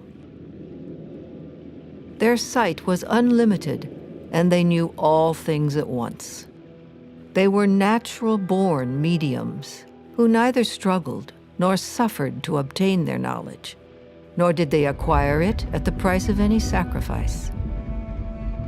The first group walked in the path of their divine instructors, acquiring their knowledge by degrees, learning at the same time to discern the evil from the good.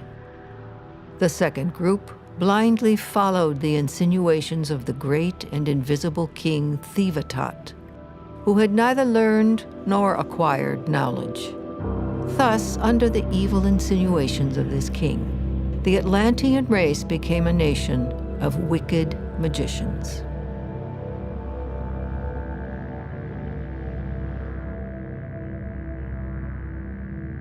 These so-called lords of materiality still have a strong influence on humanity, still immersed in the eternal struggle between light and darkness today.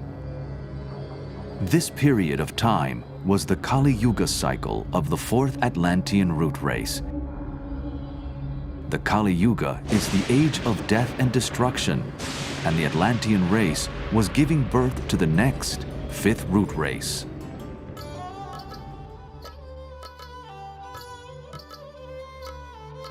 It was the period of the fourth branch race, of the fourth subrace, of the fourth root race, or 444, rapidly approaching the fifth branch race, which would be the seed for this fifth root race.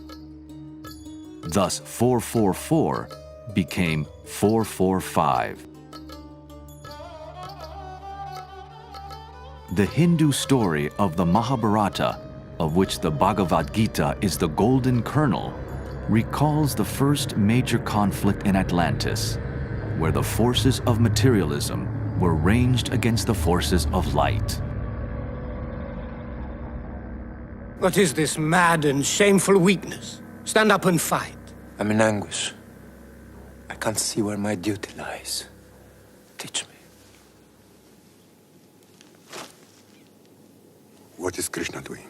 He's speaking to Arjuna. What is he saying? He's telling Arjuna that victory and defeat are the same. He's urging him to act, but not to reflect on the fruit of the act. He says to him, seek detachment. Fight without desire. You say, forget desire, seek detachment. Yet you urge me to battle, to massacre. Your words are ambiguous. I am confused. Krishna tells him, don't withdraw into solitude. Renunciation is not enough. You must act, yet action mustn't dominate you. The sons of King Pandu were the emerging initiates of the next race. Arjuna is one of the well-known characters who worked closely with Krishna. The Pandu brothers were the vanguard of the Atlantean race, destined to be the prototypes of the new fifth root race, also called the Aryan race, from the Sanskrit Arya, meaning noble, not the modern misnomer distorted by fascist thinking. 4 million years ago, the Kali Yuga age of death and destruction was in progress in the fourth root race, whilst an overlapping Satya Yuga, or Golden Age, was starting for the fifth root race.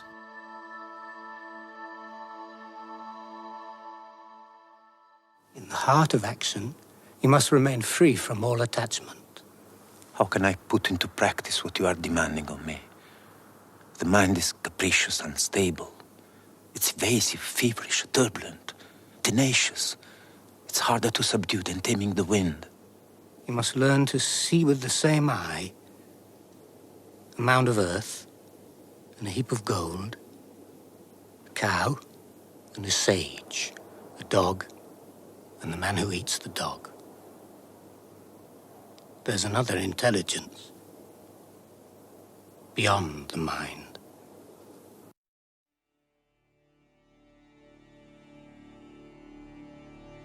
This table shows us that the period of 3102 BC was the start of the Kali Yuga for the 5th root race.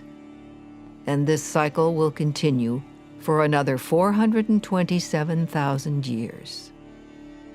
This date has been one of the problems that have caused major misunderstandings for Western scholars and Hindu pundits, who have incorrectly dated the Mahabharata based upon a limited Western viewpoint, strongly influenced by the Christian timeline of history.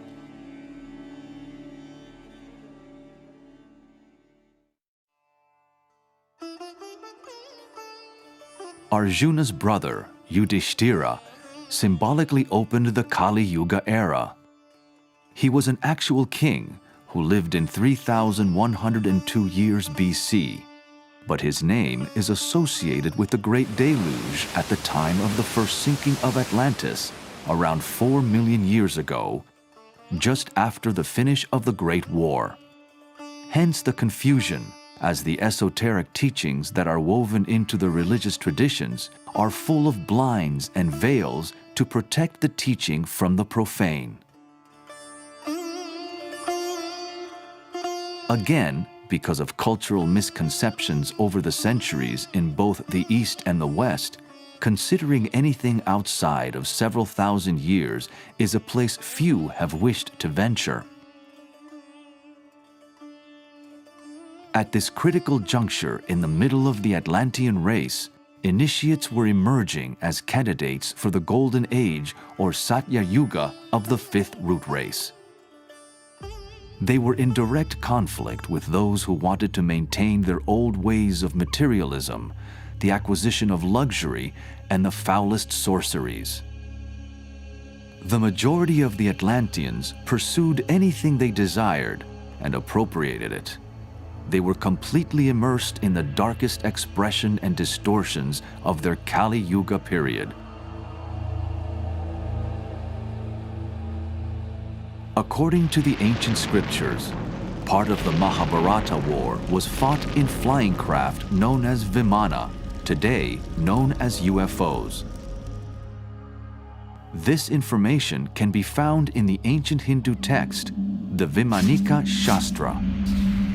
That technology, along with the knowledge of pyramid building and solar power, etc., has been in existence for a very long time.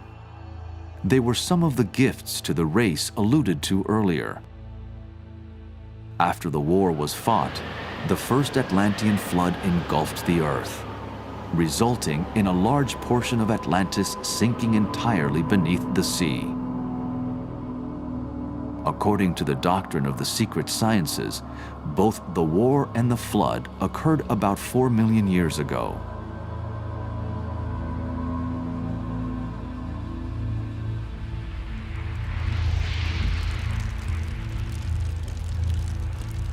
Following the crisis of individualization in Lemurian times, this war and flood was the second great crisis in the history of humanity, corresponding to the second release of energy from Shambhala, the home of Sanat Kumara, Lord of the world. These impacts of energy have been called the Shambhala impacts and correspond closely to the essence of each root race. Hence, the figures 333, 444, and 555 express the branch race of the subrace of the root race. They are deeply philosophical numerically and are also literal points in history. Each impact has been destructive, yet they have destroyed the obstacles that have prevented human progress and ultimately regenerated the world.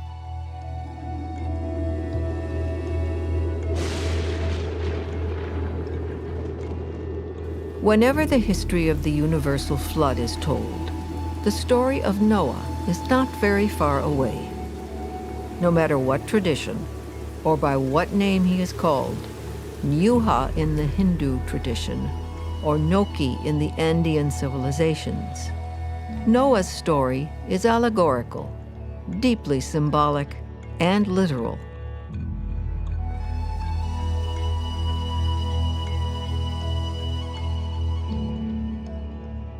Noah was the Hindu Manu, also called Vaisvata Manu, guide of the new emerging fifth root race.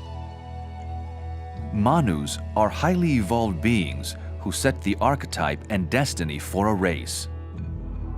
The Manu Noah's reign spanned the interim period between the destruction of the fourth Atlantean root race and the emerging fifth root race.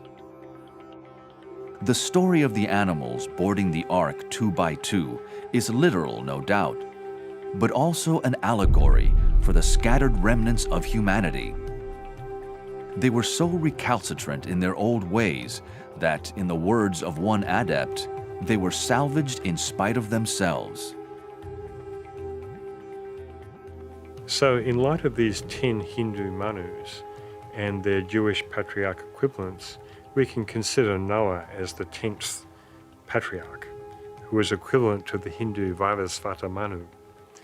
And we have stories in the Bible and in many other traditions around the world in different mythologies of this being who built a large ark and collected animals 2 by 2 and sailed around the world and rescued them. This is the story of the great flood of Atlantis that engulfed most of the planet and only left the mountaintops existent with a few survivors on them. And so the story of Noah's Ark is an allegory for humans being collected, possibly animals too. This being called Noah took all these remnants, or these animals, if you like, back to a location in the Himalayas where he basically bred them over a period of a few million years into a new race. And then when the time was ripe, about 1 million years ago, this race was released down into India as the first subrace of the fifth root race. And that was their Satya Yuga, that was the golden age of the Hindu race, where there was a very high type of civilization, a very high consciousness driving it as well. So you see this same kind of legend in South America where he's called Nuak, and the same type of story where he rescued the remnants of humanity. And in fact, if you look at the indigenous people, the Aymara people in Peru, you see that they are identical to the Tibetans. And it's quite likely that this Nuak individual took people from South America to a place in the Himalayas.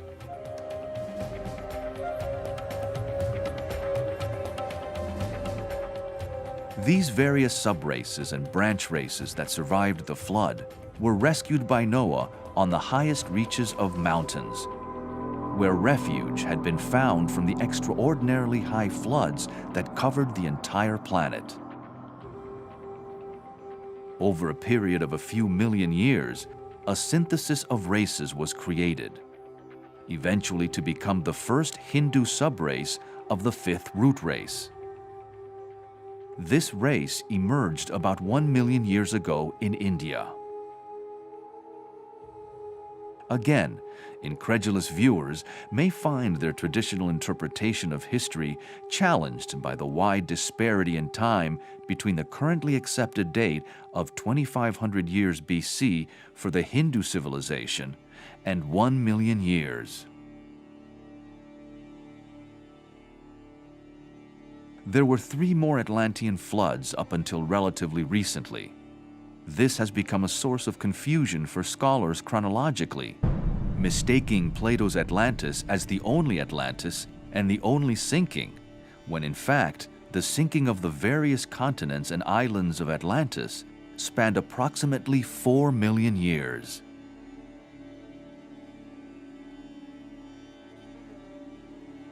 This table depicts the subraces that have emerged during the fifth root race. Note that the Hindu subrace is the first subrace, and hence the cradle of all Western races and nations. It was in the Golden Age, or Satya Yuga of India 1 million years ago, that the highest possible types of humanity incarnated as divine exemplaries of what the race could be. All the Western subraces are derived from the first subrace of this fifth root race, which was the Hindu. And this is about 1 million years ago. So the subrace of the fifth root race manifested in what we call India today. And the other subraces came into being over the last 1 million years. So we have the second subrace, which was the Egyptian Mayan, which had its origins in the south of India, which is now sunk in the Indian Ocean. We have the third subrace, which is the Semitic. We have the fourth subrace, which is the Celtic Latin. And we have the fifth subrace, which is the Teutonic, Germanic, Anglo-Saxon. The Hindu subrace is the foundation of all the Western races, most of whose languages can be traced back to their root stem, Sanskrit. The succeeding subraces emerged in roughly 200,000-year intervals. Well, we are told in the Ageless Wisdom teachings that Sansa is the ancient language of the gods and that it preceded Sanskrit. And Sanskrit, of course, is the ancient language of the Hindus, so Sansa has to be older, at least older than 1 million years, and was probably the main language of the adepts during Atlantean times. It's a symbolic language, and it is there, still exists in the ethers for us to tap into if we so choose.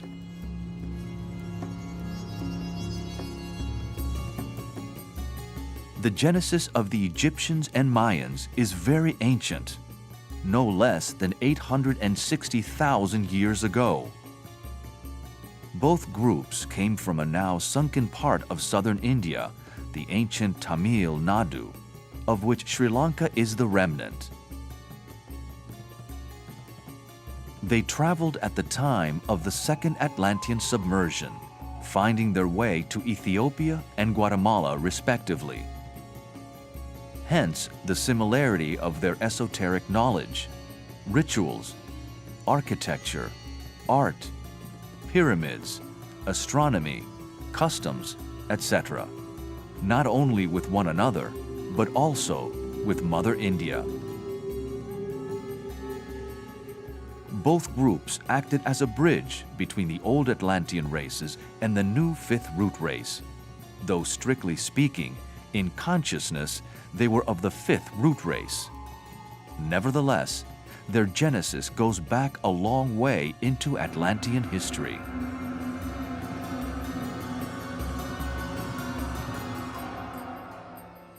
The second Great Deluge happened around about 860,000 years ago, which was the start of the second subrace of the fifth root race. The Egyptians went to what is now known as Ethiopia and gradually worked their way down the Nile over hundreds of thousands of years, and the Mayans went further to Guatemala. And again, we have these language keys to tracing these civilizations. For instance, there are many words used in the Mayan language which resemble words in the language of Sri Lanka. So these are very important keys to tracing civilizations and their cross-fertilization with one another.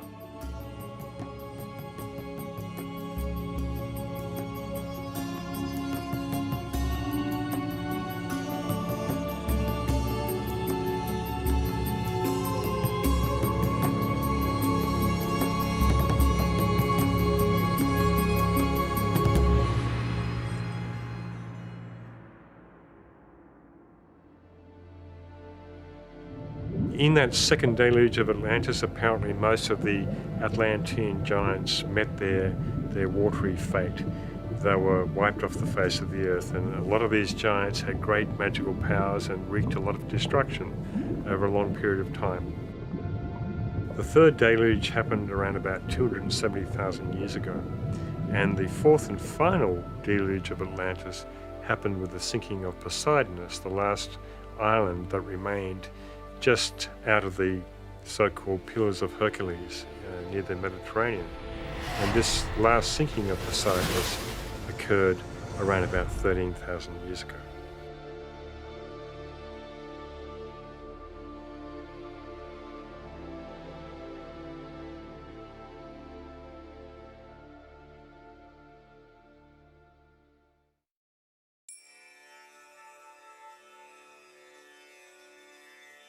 This table depicts the 4 major yuga cycles of this 5th root race, which spans almost 4 million years. The corresponding ages as they were known in Greece are displayed, as well as the durations of these cycles with their respective manus, divine archetypes of the race. Note the being called Asura Maya, intimately associated with the Mayans, and source of the most hidden knowledge regarding astronomy, astrology, and cycles.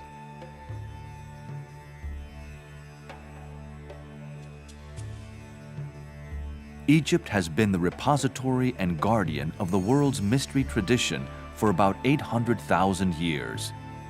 Pyramid technology had been around for millions of years before that, as has the science of astronomy, going back at least 3.24 million years into the Atlantean period.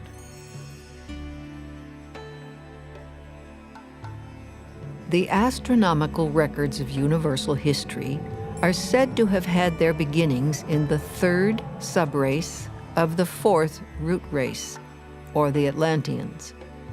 Ancient knowledge demonstrates that even since the time of the regular establishment of the zodiacal calculations in Egypt, the poles have been thrice inverted. Occult lore states that the poles are inverted every 1,080,000 years.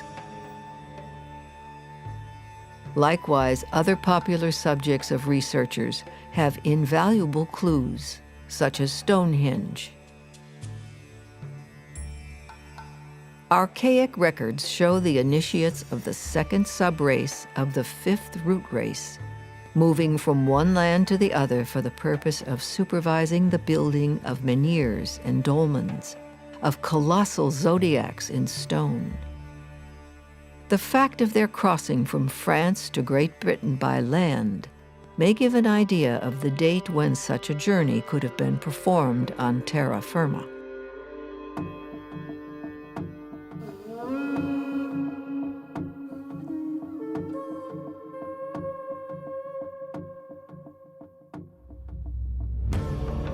Hence, Stonehenge and many other constructions in Europe are much more ancient than hitherto speculated, up to 860,000 years old. Note also that these enormous structures were erected partly through the brute strength of the giants of that race. Had there been no giants to move about such colossal rocks, there could never have been a Stonehenge, a Karnak in Brittany, France, and other such cyclopean sculptures. If there had not been such a thing as magic, there could never have been so many witnesses to oracular and speaking stones. Magic here also refers to the utilization of the science of sound to erect those structures. In the near future, there will be seen the reappearance of the faculty of the Lemurians and early Atlanteans to raise great masses, this time on a higher turn of the evolutionary spiral.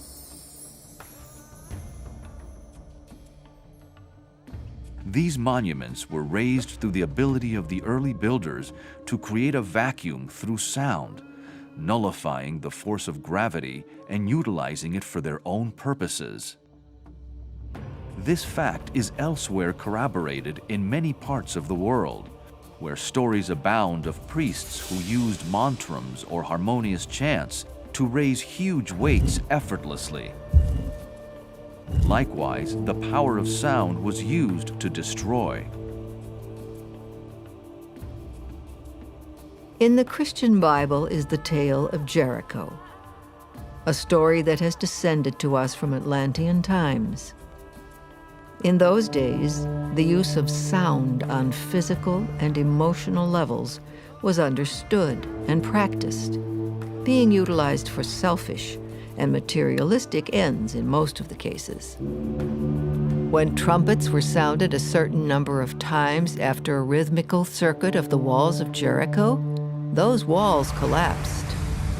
This was made possible by the secret knowledge of the leaders of the people, who, being versed in the science of sound, and having studied its destructive and creative effects, knew just the moment to apply that science and effect the desired end.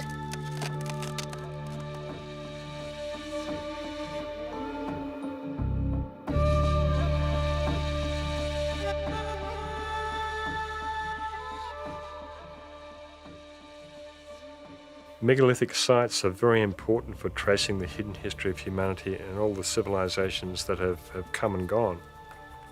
And this is because they tell us, they speak to us about the past, about the consciousness that designed the various temples and buildings and pyramids and so forth. We can find ruins that are not so sophisticated, reflecting the consciousness of that particular civilization, and we can find ruins that are incredibly sophisticated and reflect a high consciousness which was driving that civilization at that time. The fact that we have many ruins on top of each other over many, many millions of years makes it very confusing to discern which civilization came first and which was older than the other. And so the Hidden History of Humanity project is about establishing or re-establishing the correct chronology for human evolution, because this human evolution is essentially the story of the human soul and the unfoldment of consciousness since that period back in Lemuria 21.5 million years ago, when individualization occurred.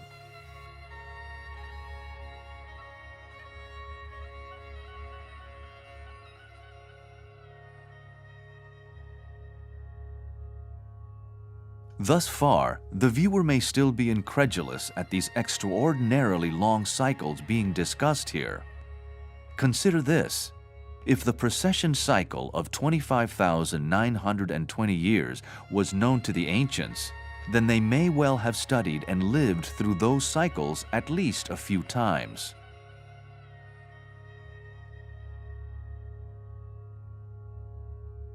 Pliny, the ancient Roman historian, writes that Epigenes attested to the fact that the Chaldeans preserved astral observations in inscriptions upon brick tiles, extending to a period of 720,000 years. Cicero, the Roman statesman and philosopher, somewhat indignantly relates the Babylonian priests' assertion that they had preserved upon monuments observations extending back 470,000 years. The Neoplatonist philosopher Simplicius, who lived in the 6th century AD, wrote that the Egyptians had kept astronomical observations and records for the past 630,000 years.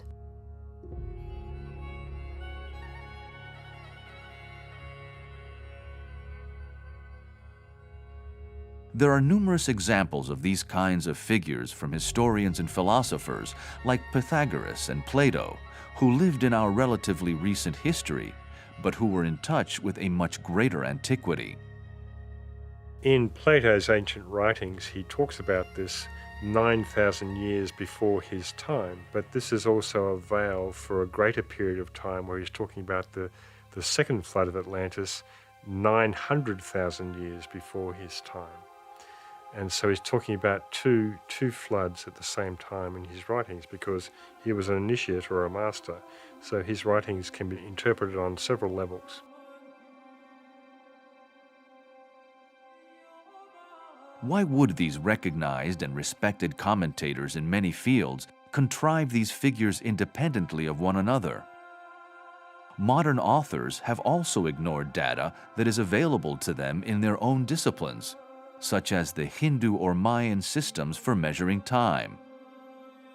As Wendell Phillips once said, we have a pitying estimate for the narrowness, ignorance, and darkness of the bygone ages.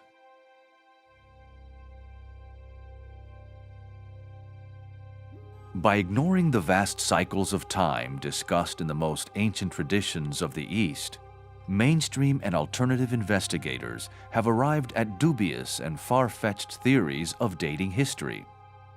This has come about through trying to address the disproportionate timescales between the mainstream theory of the dinosaur extinction 65 million years ago and the accepted theory of civilization emerging between 5 to 10,000 years ago. Hence, theories such as cataclysmic geology and crust slippage have been put forward over the past 100 years or more. Cataclysmic geology states that the geological timescale has been compressed by cataclysmic events, giving only several thousand years duration instead of the actual millions of years figures.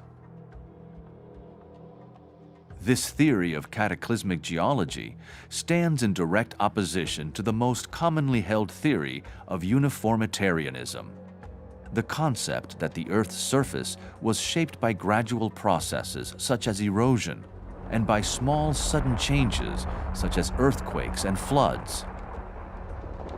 Perhaps the truth lays hid in the middle way between these two opposites? Cataclysms come around regularly and cyclically through the rounds, the Manvantaras, the Yugas, and they come destroying with fire or with water or with wind, and they're created by cyclic events that are associated with the sun and the moon's gravitational pull on the earth, and no doubt other factors. Geological cataclysms have come and gone for millennia, shaping the evolution of the Earth. Another middle way solution on the theme of chronology is that infant humanity emerged 20 million years ago, close to the dinosaur extinction. This is verified by teachings of the ageless wisdom. In concurrence with this alternative chronology is the esoteric doctrine's dating of the Cretaceous period at 16 million years ago, bringing discoveries such as fossilized human footprints in Cretaceous rocks into more reasonable contention. In crust slippage theory, the entire outer shell of the Earth moves approximately 2,000 miles like the loose skin of an orange. This theory was based upon the idea of continental drift that posits the existence of an ancient supercontinent called Pangaea or Gondwana land, where all current continents were joined together, gradually drifting apart. The ageless wisdom does not concur with these theories, but asks fair-minded investigators to consider that far older continents may lay hid beneath the ocean floor, whose strata have never been geologically explored. In relation to the cataclysms that occur on the planet, the continents break up and sink, or they are raised from the ocean floor. And this is counter to the current scientific theory of Gondwana land, where we see this one supercontinent, all the continents joined together, then gradually through continental drift, drifting apart and creating the current position of the continents on the planet. Esoterically, this is not so. The continents actually sunk beneath into the Earth's crust and are raised again from the Earth's crust.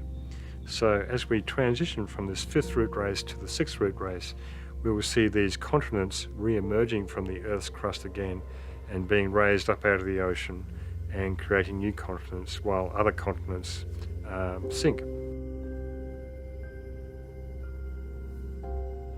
Like Lemuria and Atlantis, today's continents have several times been submerged and then reappeared, bearing new groups of humanity and civilizations. Ancient earthquakes, floods, and volcanic eruptions caused continents to sink, just as future geological upheavals will cause those same continents again to disappear and reemerge. But in the latter's case, not identical to their old forms. The one causal factor that has always been behind these periodical renovations of the Earth has been the varied rotation of the Earth on its axis, caused by the magnetic pull of the Sun and Moon. This has led to decreased velocity of rotation, causing the waters to flow toward the polar lands, submerging them, whilst new lands arise in the middle equatorial regions. Hence, these periodic solar and lunar influences flatten the globe around the equator, making it go down in some places and swell up in others. The swelling runs toward the extremities of the poles, hence new lands arise and old ones are sucked under. Related to the phenomenon of decreased axial rotation are periodic tilts of the Earth's axis that bring on ice ages and floods, creating exterminations of civilizations, flora, and fauna. These are not random occurrences, but as described in the science of cycles, follow a universal pattern that acts at the appointed time in strict accordance and harmony with karmic law.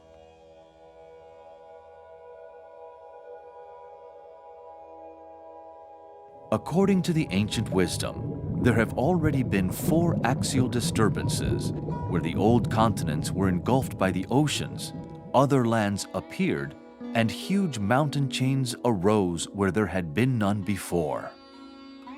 The face of the globe was completely changed, yet each time it required several thousand years of remodeling. Humanity is today approaching another axial tilt in this transition phase between the 5th and 6th root races over the next 25,000 years.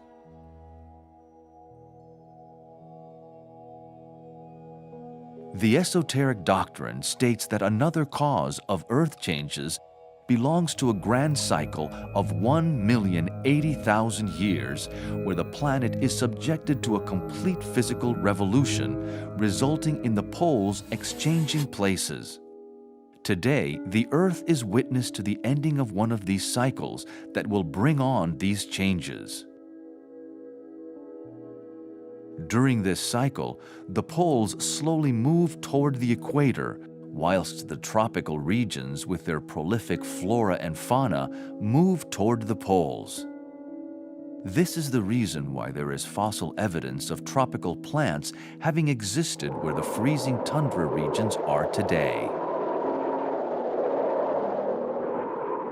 At the end of this approximately 1 million year cycle, changes in climate are accompanied by earthquakes and other disturbances, taking about 25,000 years to complete.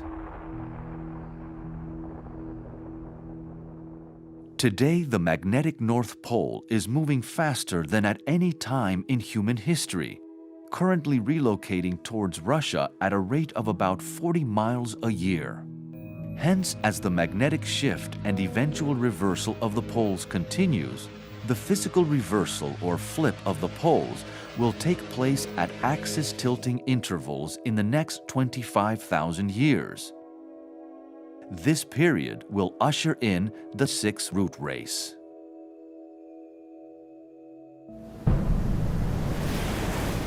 The fourth and final sinking of the Atlantean continents and islands was that of Poseidonus in 9564 BC. Plato's description of Poseidon's fate as 9,000 years is a reference to this latter period for Plato's time, several centuries BC. But it is also a veiled reference to the aforementioned second major sinking of Atlantis, which took place nearly 900,000 years ago. Atlantis was not in one particular place, as many investigators seem to think. Its islands and continents were scattered around the globe. So ancient Atlantis was centered in the USA, where the USA is today, but it was scattered all over the globe. There was no one Atlantis to be found anywhere.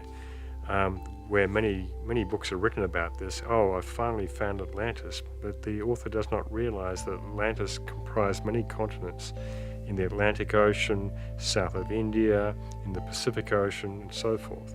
But we are told in the Ageless Wisdom teachings that the main continent, or the main hub of civilization of Atlantis, was centered in the USA. And so the North American Indians are actually remnants of the latter subraces of the fourth root race, of the Atlantean root race. Indeed, many of their rituals and customs are very similar to the Tibetan rituals and customs, and there have been several books written about this by academics. So again, we have this connection. You know, there are various theories saying that they came over the land bridge in Alaska and so forth, but it more than likely has its origin with Noah and the ferrying of survivors to different parts of the world.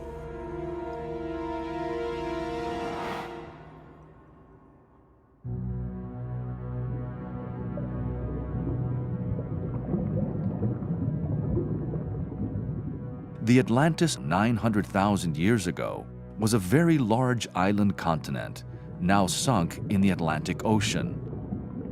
Plato's description of an Atlantean city was a generic blueprint for many Atlantean cities, the remains of which have been discovered in several locations in South America and elsewhere. And so the sub-races of the fifth root race evolved over the past 1 million years, warring incessantly with the remaining sub-races of the Atlanteans.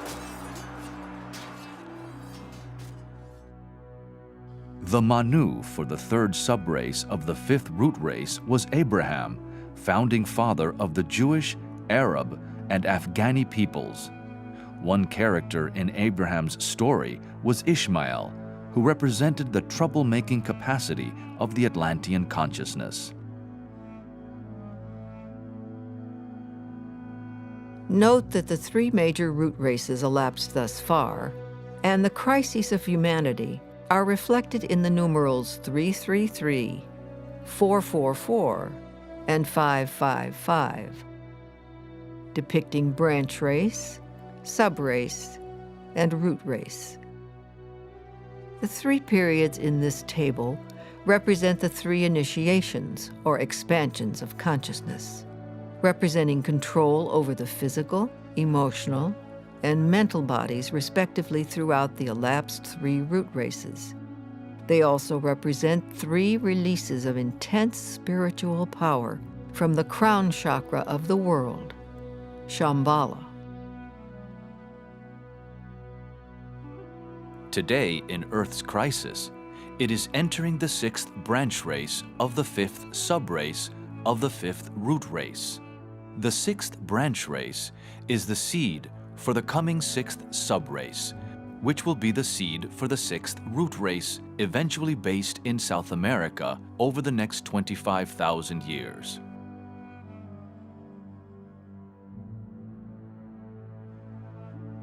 The United States is playing a critical role as a bridge between the last subraces of the fifth root race and the beginnings of the sixth root race, initially based in Brazil. So in the USA, we have a melting pot of races. We have black, white, brown, yellow, you name it. And it's creating a new blend color-wise, and where they say everyone will be brown eventually. And this will be probably the case in the sixth root race as it emerges in the next 25,000 years in South America. But I'm sure there'll be certain ethnic types who will retain their particular archetypal colours and DNA and so forth. But essentially we're looking at the sixth root race as being a blend of all of humanity that has ever been. And this is a revolutionary idea because it's never happened before in the history of the planet.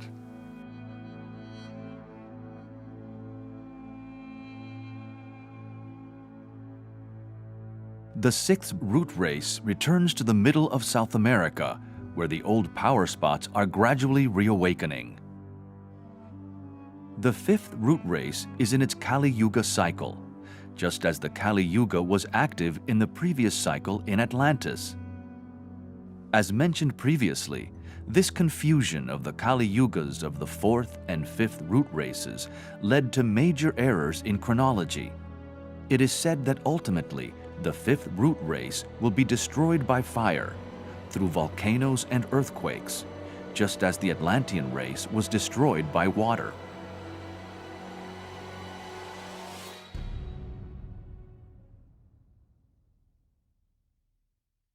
Humanity today finds itself going into the sixth root race from the fifth root race. And we find ourselves in a similar position as we did back in Atlantean times when humanity was transitioning from the fourth root race to the fifth root race. And humanity had to make a choice at that time whether to follow the way of light or to stay with the way of materialism. And this brought on the Great War at that time. And we find ourselves in a similar position today as we move into the sixth root race and with all the same type of challenges for humanity to discern.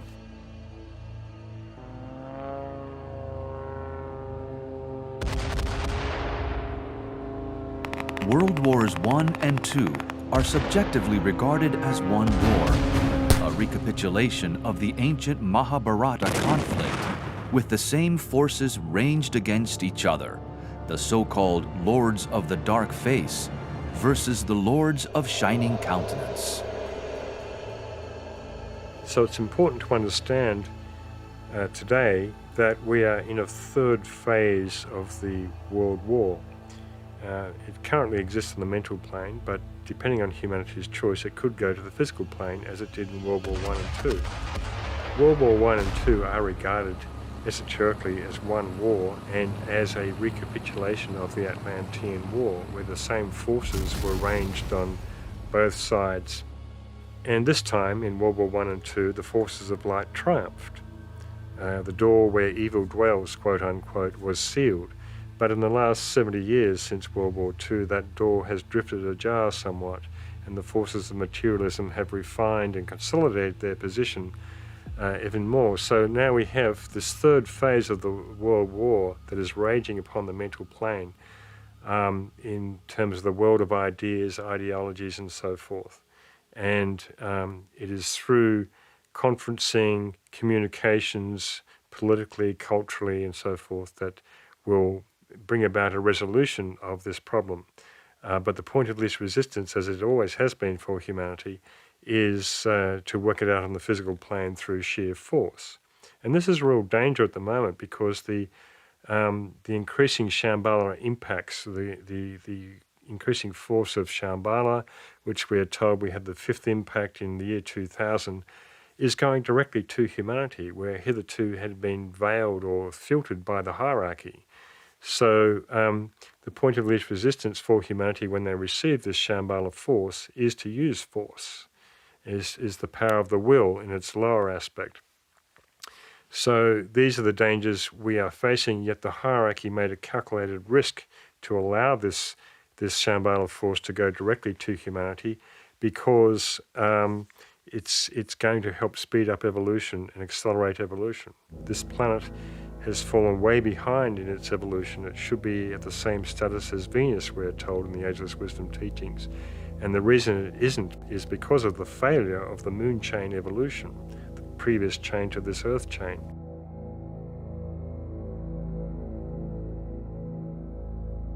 It is interesting to note also that the lost Atlantean technologies are starting to re-emerge once more in this day and age. Also, since World War II, UFOs have been very prominent. Hence, the world is only just emerging from this recapitulation period. It is now upon the upward swing of the pendulum, from the middle period of the root races, but also the halfway mark of the entire planetary scheme. The war between these opposing forces of materiality and light still rages upon the mental plane, as humanity finds its way through the darkness before the dawn, toward the approaching Aquarian cycle, reminding us of William Blake's immortal words, I will not cease from mental fight, nor shall my sword sleep in my hand.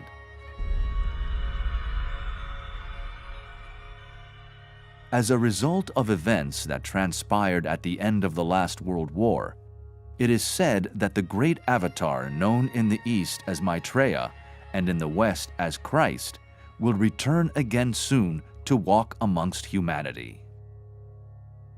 The hierarchy have planned to externalize amongst humanity once again for the first time in about 3 or 4 million years. So we are really living in extraordinary times. The forces of materialism know this, are aware of this fact, and are fighting tooth and nail to keep the status quo the way it is, so that the forces of light do not manifest. So we are really emerging from a period of control by the forces of materialism, despite the fact that many thousands of people have reached liberation since that time. But overall, the planet has been in control by those forces.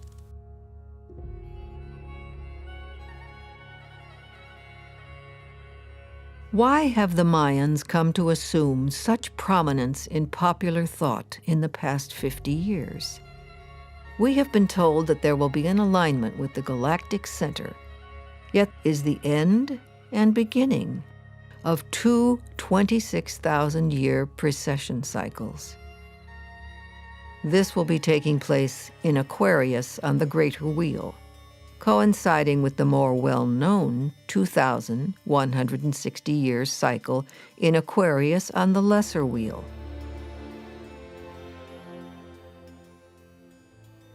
Hence, we are in a time of unique opportunity. 2 Aquarian cycles, a new precession cycle, will take humanity into the 6th root race proper in about 25,000 years' time. But Mayan elders and others connected to the secret wisdom do acknowledge that Earth changes will increase for the next few hundred years, and it is occurring with increasing frequency now. Humanity regards these kind of events as material disasters, yet they have always been cyclic in nature and accompany the shift of consciousness from one race to another, just as there is usually a new continent that is raised for the new race. Hence, parts of South America may sink, whilst other older landforms nearby may be raised out of the sea. The Mayan tradition points the way to South America and its role for a reawakened Shambhala, from where the Ancient of Days or the Lord of the World will resume his watch for the 6th root race. The Mayans' ancient base in Guatemala and the consciousness that was generated there is a bridge between North America with its synthesized European consciousness and the future 6th root race in South America. For thousands of years, Central America has played the role of a great meeting place for many cultures from the Pacific and the Atlantic Oceans. Currently, the main focus for Shambhala is in one of its branches somewhere in the Gobi Desert in Mongolia, existing in invisible etheric matter.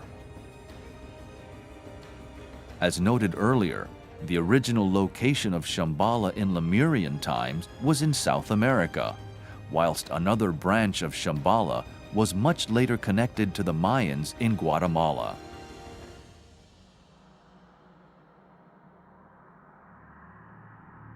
Hence, a full circle cycle approaches, where the focus of this planetary crown chakra we call Shambhala will shift to South America once more.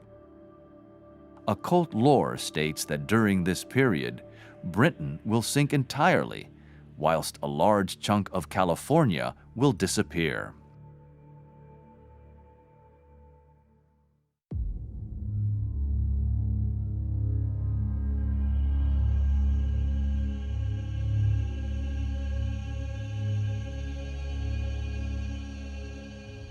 Cataclysms will occur worldwide during the next 1,000 years. Continents will be shaken. Lands will be raised and submerged, culminating in the profound material disaster. which will overtake the world towards the close of the 5th root race. This will usher in the infant 6th root race. Yet all of these events happen within naturally occurring cycles.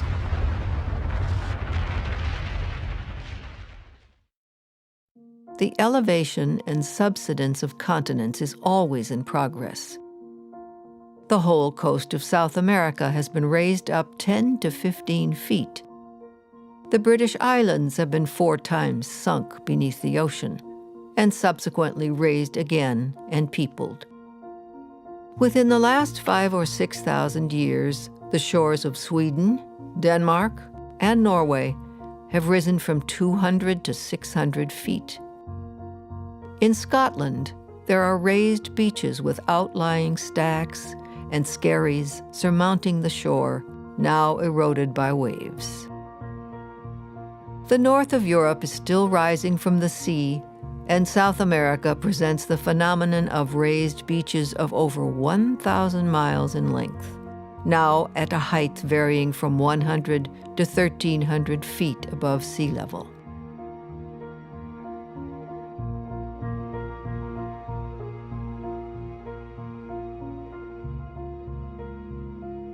Forms, whether they are land masses or humans, come and go. But the consciousness remains and moves forward. It is the soul's evolution toward liberation that is the most important factor, whether it be individual, group, racial, national, or global. The 6th root race is where the intuition will be developed and will express itself through the qualities of the heart and right human relationships. Humanity will reclaim knowledge of some of the lost Atlantean technologies, create new forms of music and art, as well as gain an understanding of the nature of the soul, reincarnation, and its true place in history. The Aquarian cycle will be an age of science, exoteric and esoteric, where the universal spiritual laws will come into a much closer alignment with our earthly laws, and a period of peace could well reign in the new Satya Yuga, or Golden Age.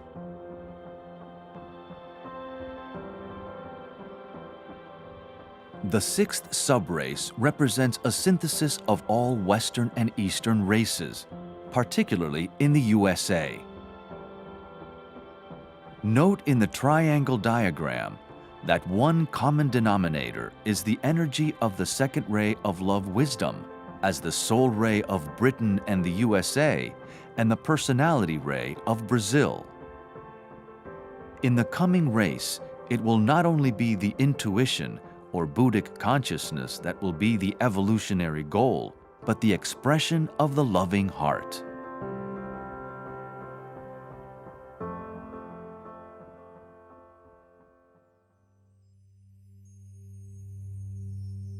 The nature of the soul is relationship, and the challenge for humanity is to demonstrate right human relations. It is one of the keys of the imminent Aquarian cycle.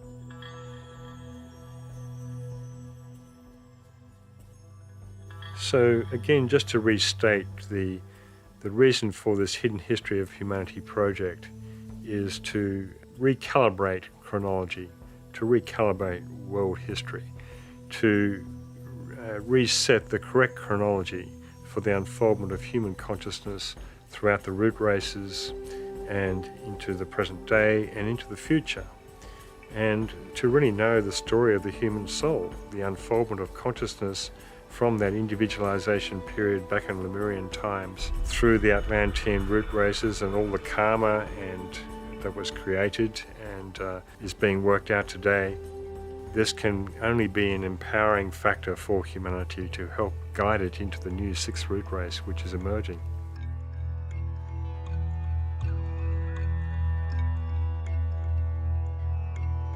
As stated in the beginning of this documentary, this first series of the Hidden History of Humanity is meant to establish a broad structure of understanding.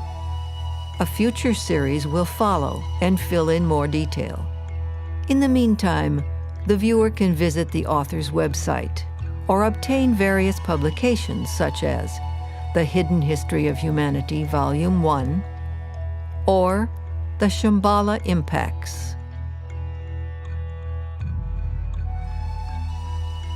The possibility of discovering and understanding the origin of the human soul and its divine pedigree is imminent in our time. We stand before a doorway leading to planetary illumination upon the greatest mysteries of life, the hidden history of humanity.